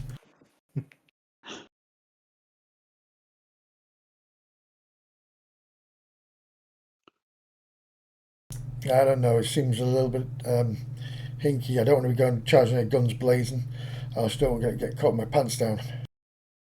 Well, we'd be we were breaking the very law. happy. It's company Yeah, put property. your belt on. We've got no rights. Exactly. But there's no advertisement to say that's it's company property. We've I just think- got his word for it. I do believe that sheriff was a pretty damn good advert. Yeah, anybody could say that's a Well, sheriff and it's company technically, property. technically, in any town, if a sheriff says get out of the town, you go get get out, out of the yeah. town anyway. Unless you're a bandit. In which case, he shoots you. So Yeah.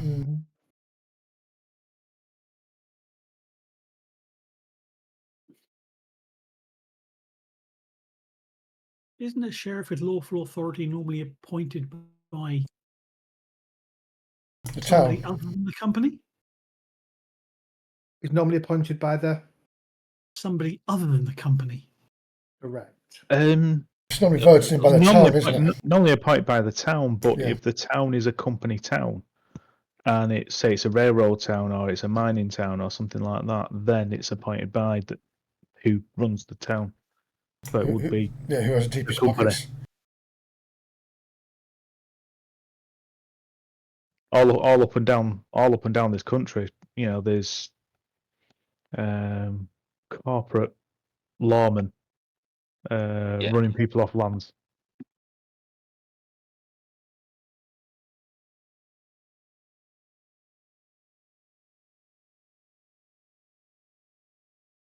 Maybe see if we can wait till dark and maybe search one or two of the outlying buildings this end back. Yeah, see who the company is. must be some evidence to indicate who it is. I think we know who it is, but we need confirmation.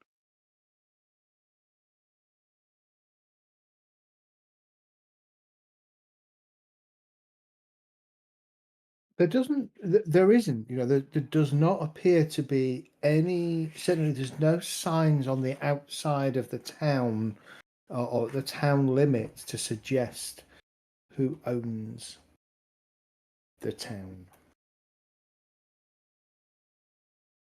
Tell me where there would be. Land registry. Mm-hmm.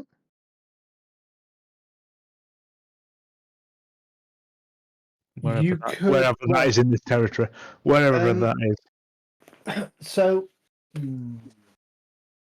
everybody give me common law -2 rolls, please.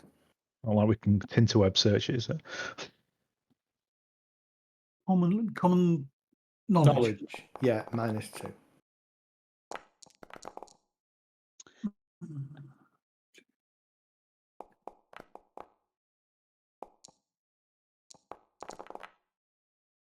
Look at you lot with your edges. Jesus. Okay. So the Dock and Blake. Somebody's Benny-ing. Could make a difference. The Dock and Blake musing over the whole. How do we know who owns this? Both come to the conclusion that Deadwood is allowed to exist because the Sioux Nation agreed for it to exist within a set of boundaries and strictures. All claims for land in the Sioux territories have to be registered by the Indian, have to be registered with the Indian Reserve. And what's it called? The Office of Indian Affairs. And you know that there is an Office of Indian Affairs in Deadwood. Next door to our run.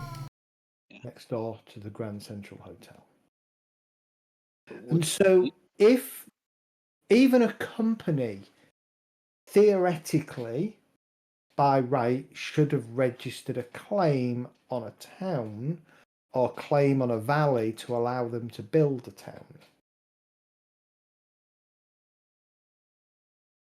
Follow the money, follow the legal system. Unless this was just wiped out so they could move in. I'll go with that.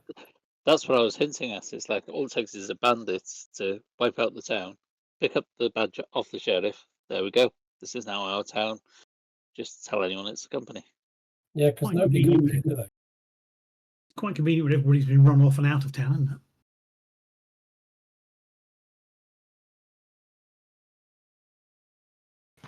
Indeed. I think that'd last for so long because if it was registered as if it was just a town, it's not a company town. You'd tell from the registry. If it was a company town, then people doing business with that company would soon notice that all of a sudden it's not doing what it used to do. So it only lasts for so long. But at that point, as a company, why still defend your claim? Well, we're assuming that this is a company town. If it's a town that's people just try to get away and built, nothing to do with the company. Nobody knows the town exists apart from the people that are living here illegally, effectively. Well, it would have had to have been registered. If it hasn't been registered, then it should be wiped out anyway because it's not been registered. It doesn't count, and I don't care. But it's if quite it has been registered and it's been registered as a company, then we'll know who the company is. But it's also an ideal spot for a doctor to do experiments. Yeah. So let's head back to Deadwood then.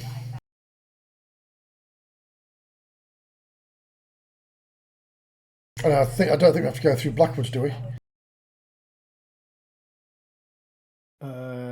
What are you doing, sorry? If we head back to Deadwoods, we don't have to go through the mountains again, do we?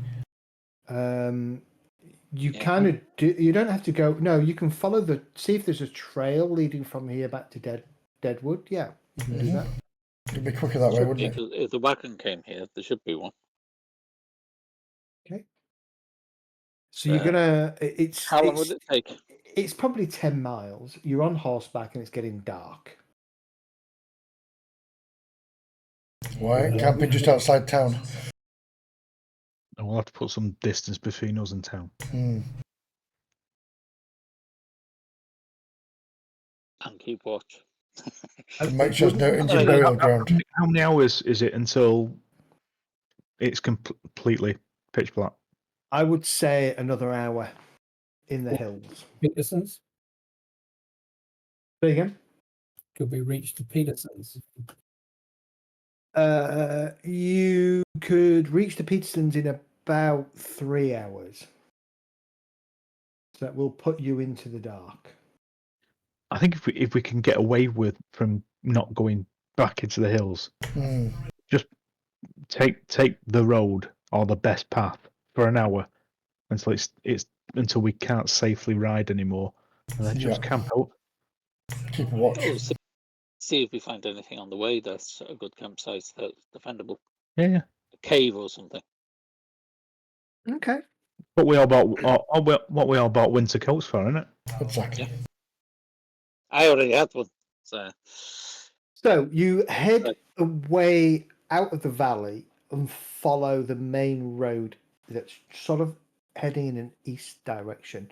The path that you linked up sort of 50, 60 yards further out of town, that you linked up from, roughly speaking, the Petersons direction, you joined that from across country further back, probably a couple of miles back. So that really isn't a good option for you. So you continue on the road, and it's kind of weaving and wending its way around valleys and around sort of flatter climbs. And you get about an hour and a half away. There's no real sign of caves or anything along those lines. But you can certainly find a sort of a copse of trees that will shield you from the road and allow you to have an okay night's sleep. Yeah, we will be putting up watches. Or it would, apart from the fact that it's starting to rain.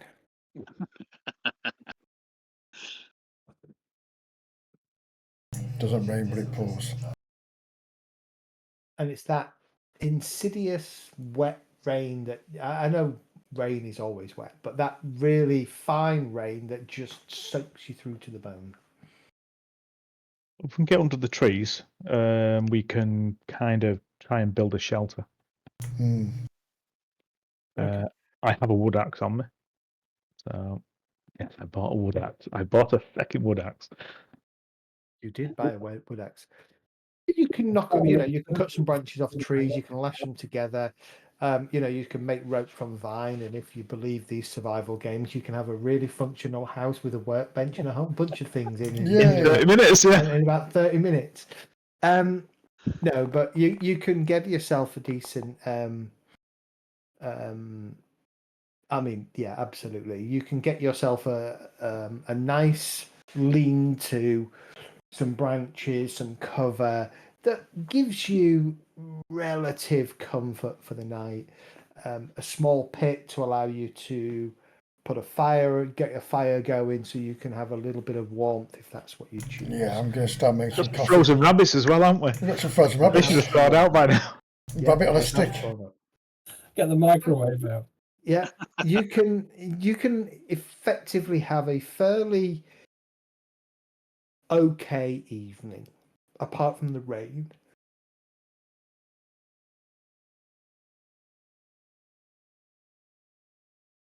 I'll get my umbrella out.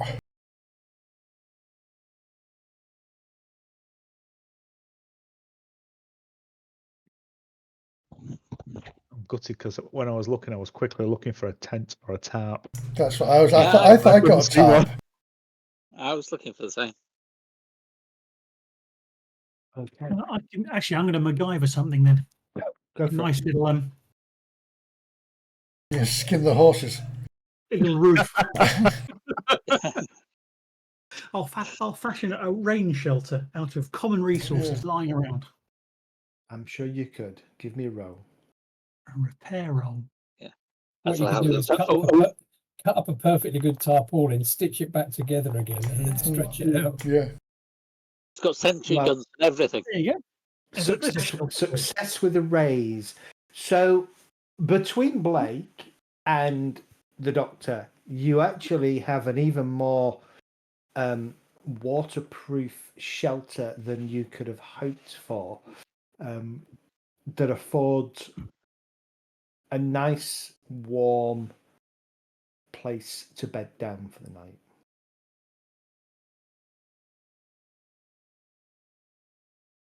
Thank you very kindly, Doctor. Yeah, thank you very much. And if I hear a horse neighing, I say, screw you. Are you setting watches over the evening? Yes. Yes. Yeah. Okay. So who's on watch around dawn? Dawn's not with us, we left her in town. Who will be up at the crack of dawn? The Blake rancher. to teach the horses. Okay. So Blake, as is your your kind of your routine, you wake up sort of half hour or so before sunrise. Bleary eyed, you go and you go to check on the horses. There'll be one other of you who'll be actually on watch. So who was on watch at that point when Blake wakes up? Or was Blake on watch? Random reroll, I guess. We hadn't actually set a watch as a rota, but I say I could take a late watch and then be up early, or I can have that watch and then get straight into early morning routines. I'm easy whichever way. I wouldn't have done that. I'd have been doing the first watch or the second watch.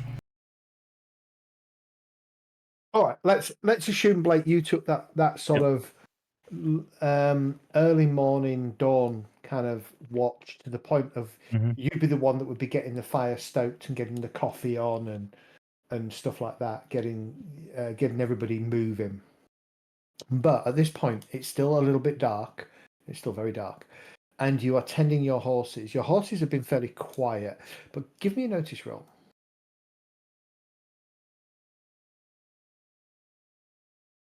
This is where we use the bennies.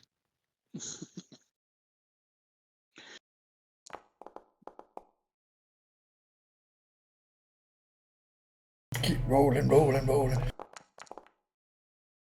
seriously, They're all going. finally. That's how my bennies going. Jeepers. Okay, that is only Benny's going. There is.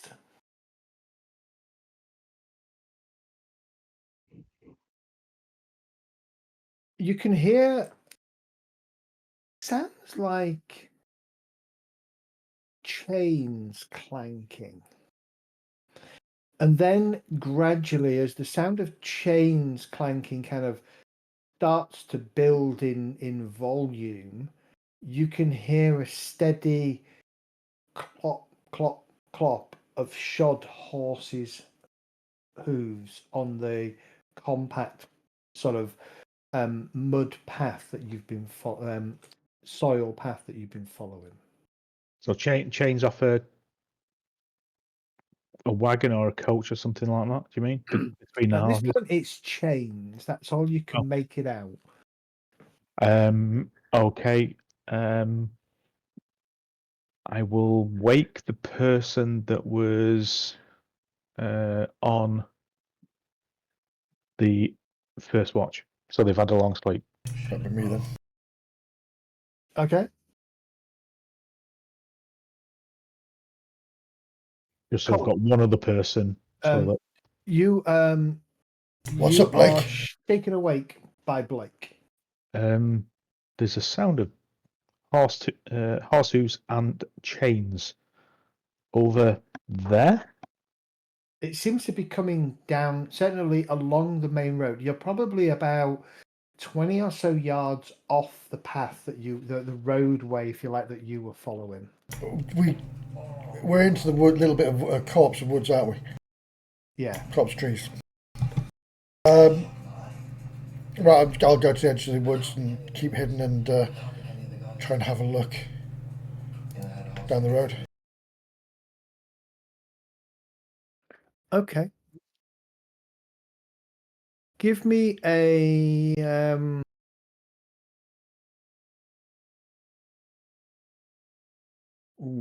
first and foremost, I need you to give me a stealth roll.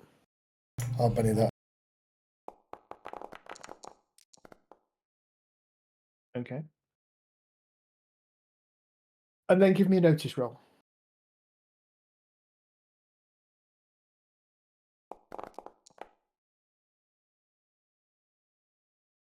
Okay. So, Blake, what are you doing? Are you joining him, or are you going to wake the rest of the group up? No, because I've not got any bennies left. Okay. I'm letting him go off, watching where he's going, and listening out for him to make a call, and then there's somebody back in camp to wake people up. Okay. All right. Cool. Squatting down in amongst some bushes, about 5 or so yards from the edge of the roadway. At first, you can't see anything, but you can hear chains clanking and the steady footfalls of horses. At first, it sounds like a horse, and then gradually you get probably 2 horses, and then 3 horses. And the chains, the clanking of chains is getting louder, and now you can hear it's a crisp morning. When you exhale, you've got a warm breath coming out. Now you can hear the exhalation of horses, and then a horse comes around the corner. Atop the horse is a Chinaman, for want of a better description.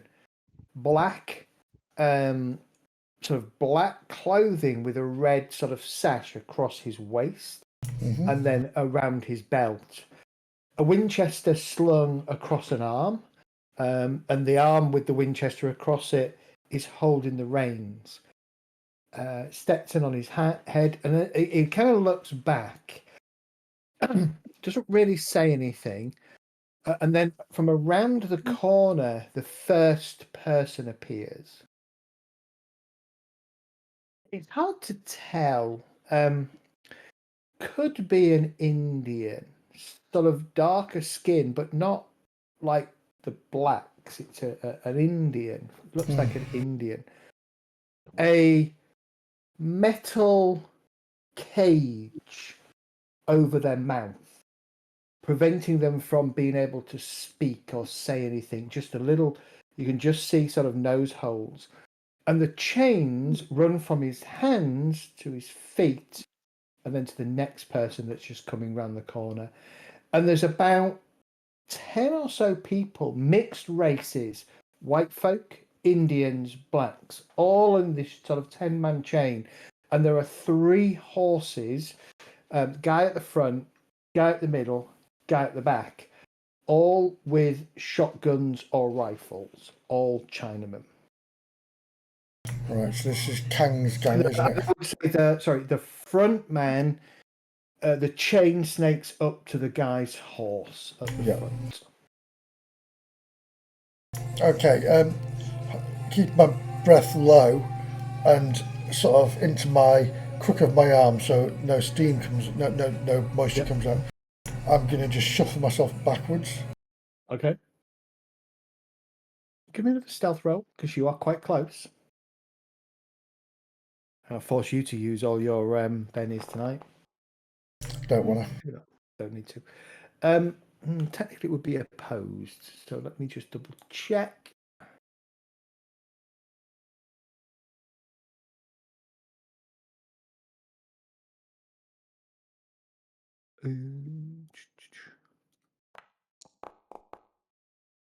Okay. Okay, you shuffle yourself back.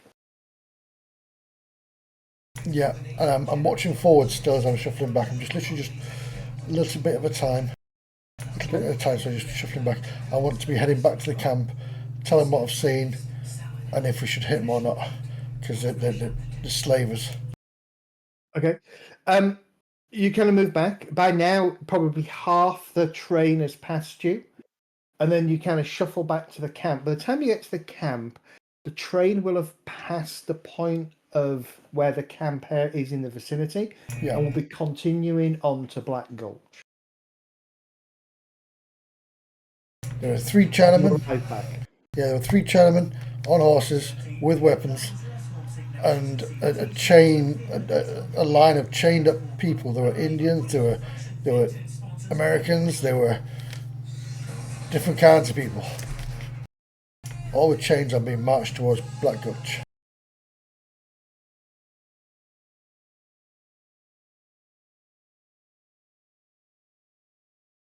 Well, that's not right. Not right, but Can we Slavery has been outlawed, by the way, yeah. I believe.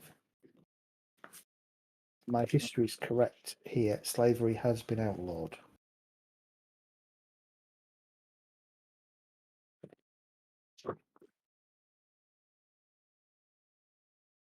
Is your alternate history right though? That's the question.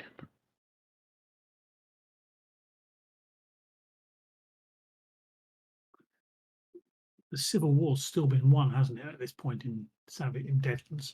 The Civil War was... You- the Civil- Won, so But there was no winner, was there? there was no winner. Okay. So So it's like a Mason-Dixon line for slavery. I'm just trying to double check. There is some bits in here on slavery. I'm positive the Unionists certainly outlawed it. I can't remember whether the Confederacy agreed to it.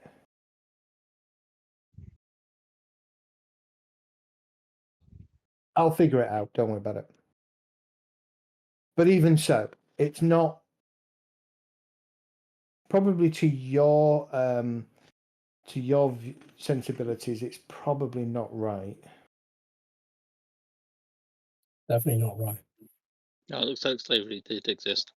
Just done a quick Google search, and it says in 1863, which in Deadlands' timeline was before even black soldiers were employed for manumission, meaning that the major force for good in the setting was okay with supporting a government upholding race-based chattel slavery at the time. Okay.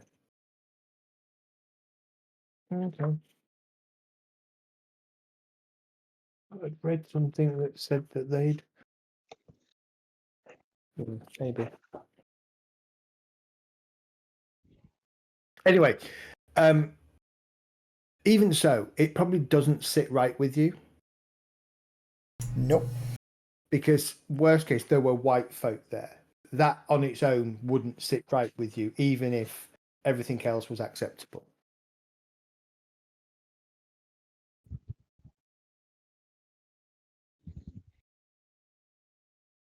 I think we should follow.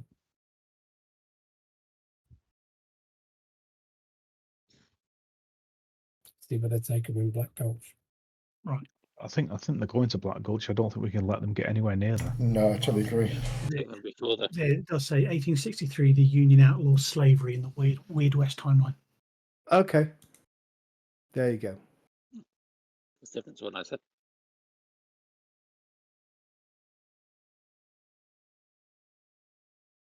Right, I'll pack my stuff up and get my horse ready.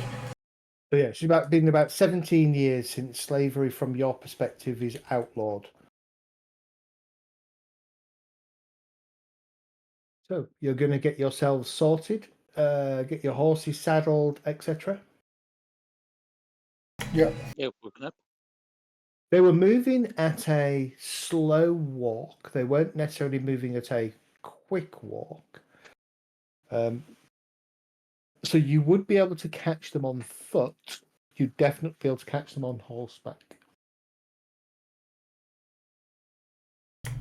If we go on foot, it's less noise.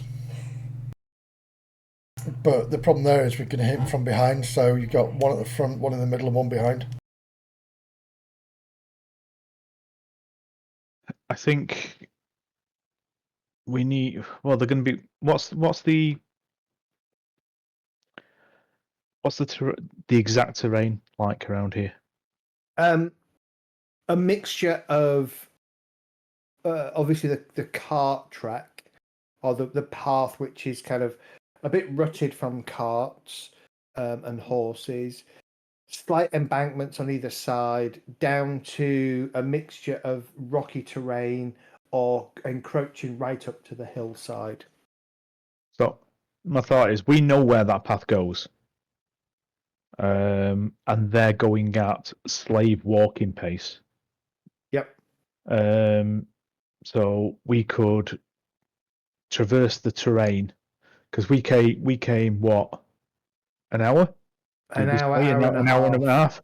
So Yeah. it's probably 5 miles, 6 miles to Black Gulch, something like that. You probably didn't go that far. You probably went maybe 2.5 miles. Okay, so that might take them an hour to get there or more walking in that chain line. Yeah, Probably it more, wasn't going fast.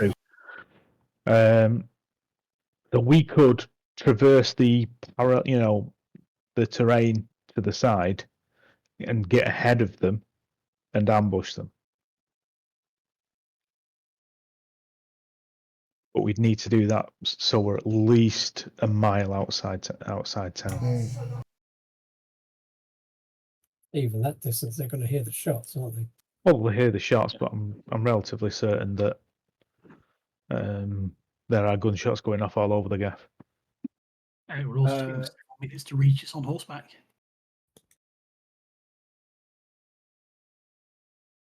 Then we're going to have 10 slaves or 10 former slaves. We need to unhook, unchain, and get out of there.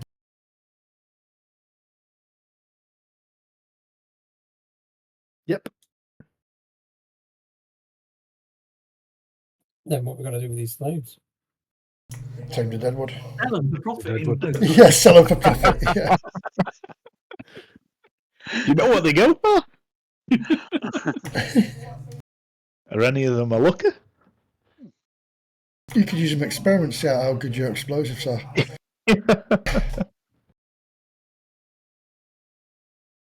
Right, now let's just hit them hard. Okay. But we need to get in front of them so they don't run off. So maybe a two-pronged attack, maybe one hit the front and one hit the rear. I was just thinking the same thing. Sounds good. I prefer the side. Or the side, yeah. Yeah. All right. Is that the plan? That's a plan. Right, we're going to do it next session. So, rather than, because I wasn't expecting you to do this bit, but rather than do this and rush this week, we will be back in 3 weeks' time. Next week I'm in Belfast. The week after I'm on holiday, so back the week after that. We'll pick up with you ambushing the slave train. Mr. Kang's slavers. On that day back then, I won't be around. Okay, no worries. I'll be in Colorado. You'll be on holiday as well? No, Colorado work. Oh, you're at work. Yeah, at work, Colorado. Yeah. Cool. Okay. Well, I can manage Dr. Newton for you while you're out. Yeah, he's not going to be throwing sticks of dynamite at Yes, the he is. slaves. Yes, No, he he's is. not. Yes, The big he one is. with the three to five sticks. Yeah. Just think of all the metal shrapnel. To be honest with you, if you could get a shot on it, you could plant that. How far was it from the front of the train to the first slave?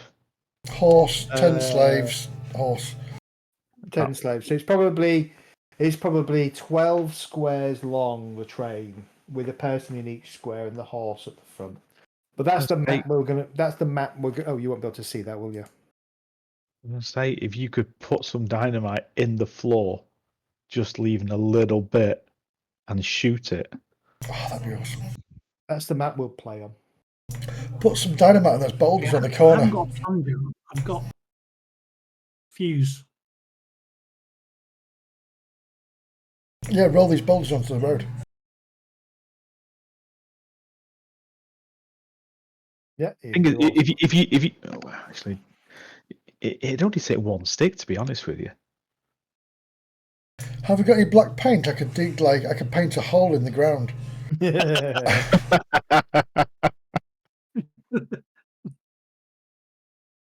Is there enough time to order from Acme? Acme, that's right. So we're doing 2 at the front. I will give you Following. so give you a couple of weeks to think on it. We'll start in a couple of weeks' time with you concocting your plan to ambush them. Cool. Well, to be fair, we could probably get somebody up high on these sides and just snipe them off. Yep. Shoot the horses. You said it was 12 squares long, Yeah. and that was just the people. Yeah. So it might be like the whole thing might be 16. So you'd have the front of it maybe over there, and the back of it down there. Yeah. Which means you could do one at the front, one at the back, and one in the middle without them knowing about it. I think they'd find out, but it'd be hard for them to cover each other. Yeah. So if you do that, we need a signal. We have somebody shouting in the background, 1, 2, 3, 4. Well, I think as soon as the front one fires, everybody at the back fires as well. Yeah. You just throw a stick of dynamite in the middle. That should be a good enough signal. It's a big bang. Well, that's what I was thinking of dynamite in the floor. You know. Yeah, Because if that was your thingy, you'd wait until he was on top of it, shoot the dynamite, and they'd blow the horse and the rider up. Yeah, save the slavers from But slavery. you do blow the horse up there, which I'm kind of, no, let's not do that. Yeah, I'm against shooting the horse, and the fact that you'd have to be a damn good shot to be able to light the thing from shooting Seaport's it. a marksman. Yeah, I'm just thinking a bullet hitting a wick isn't necessarily going to light it, is it? It's just going to bend it over. Well, you hit the dynamite, don't you? That block would in the head, probably that do it, yeah. works.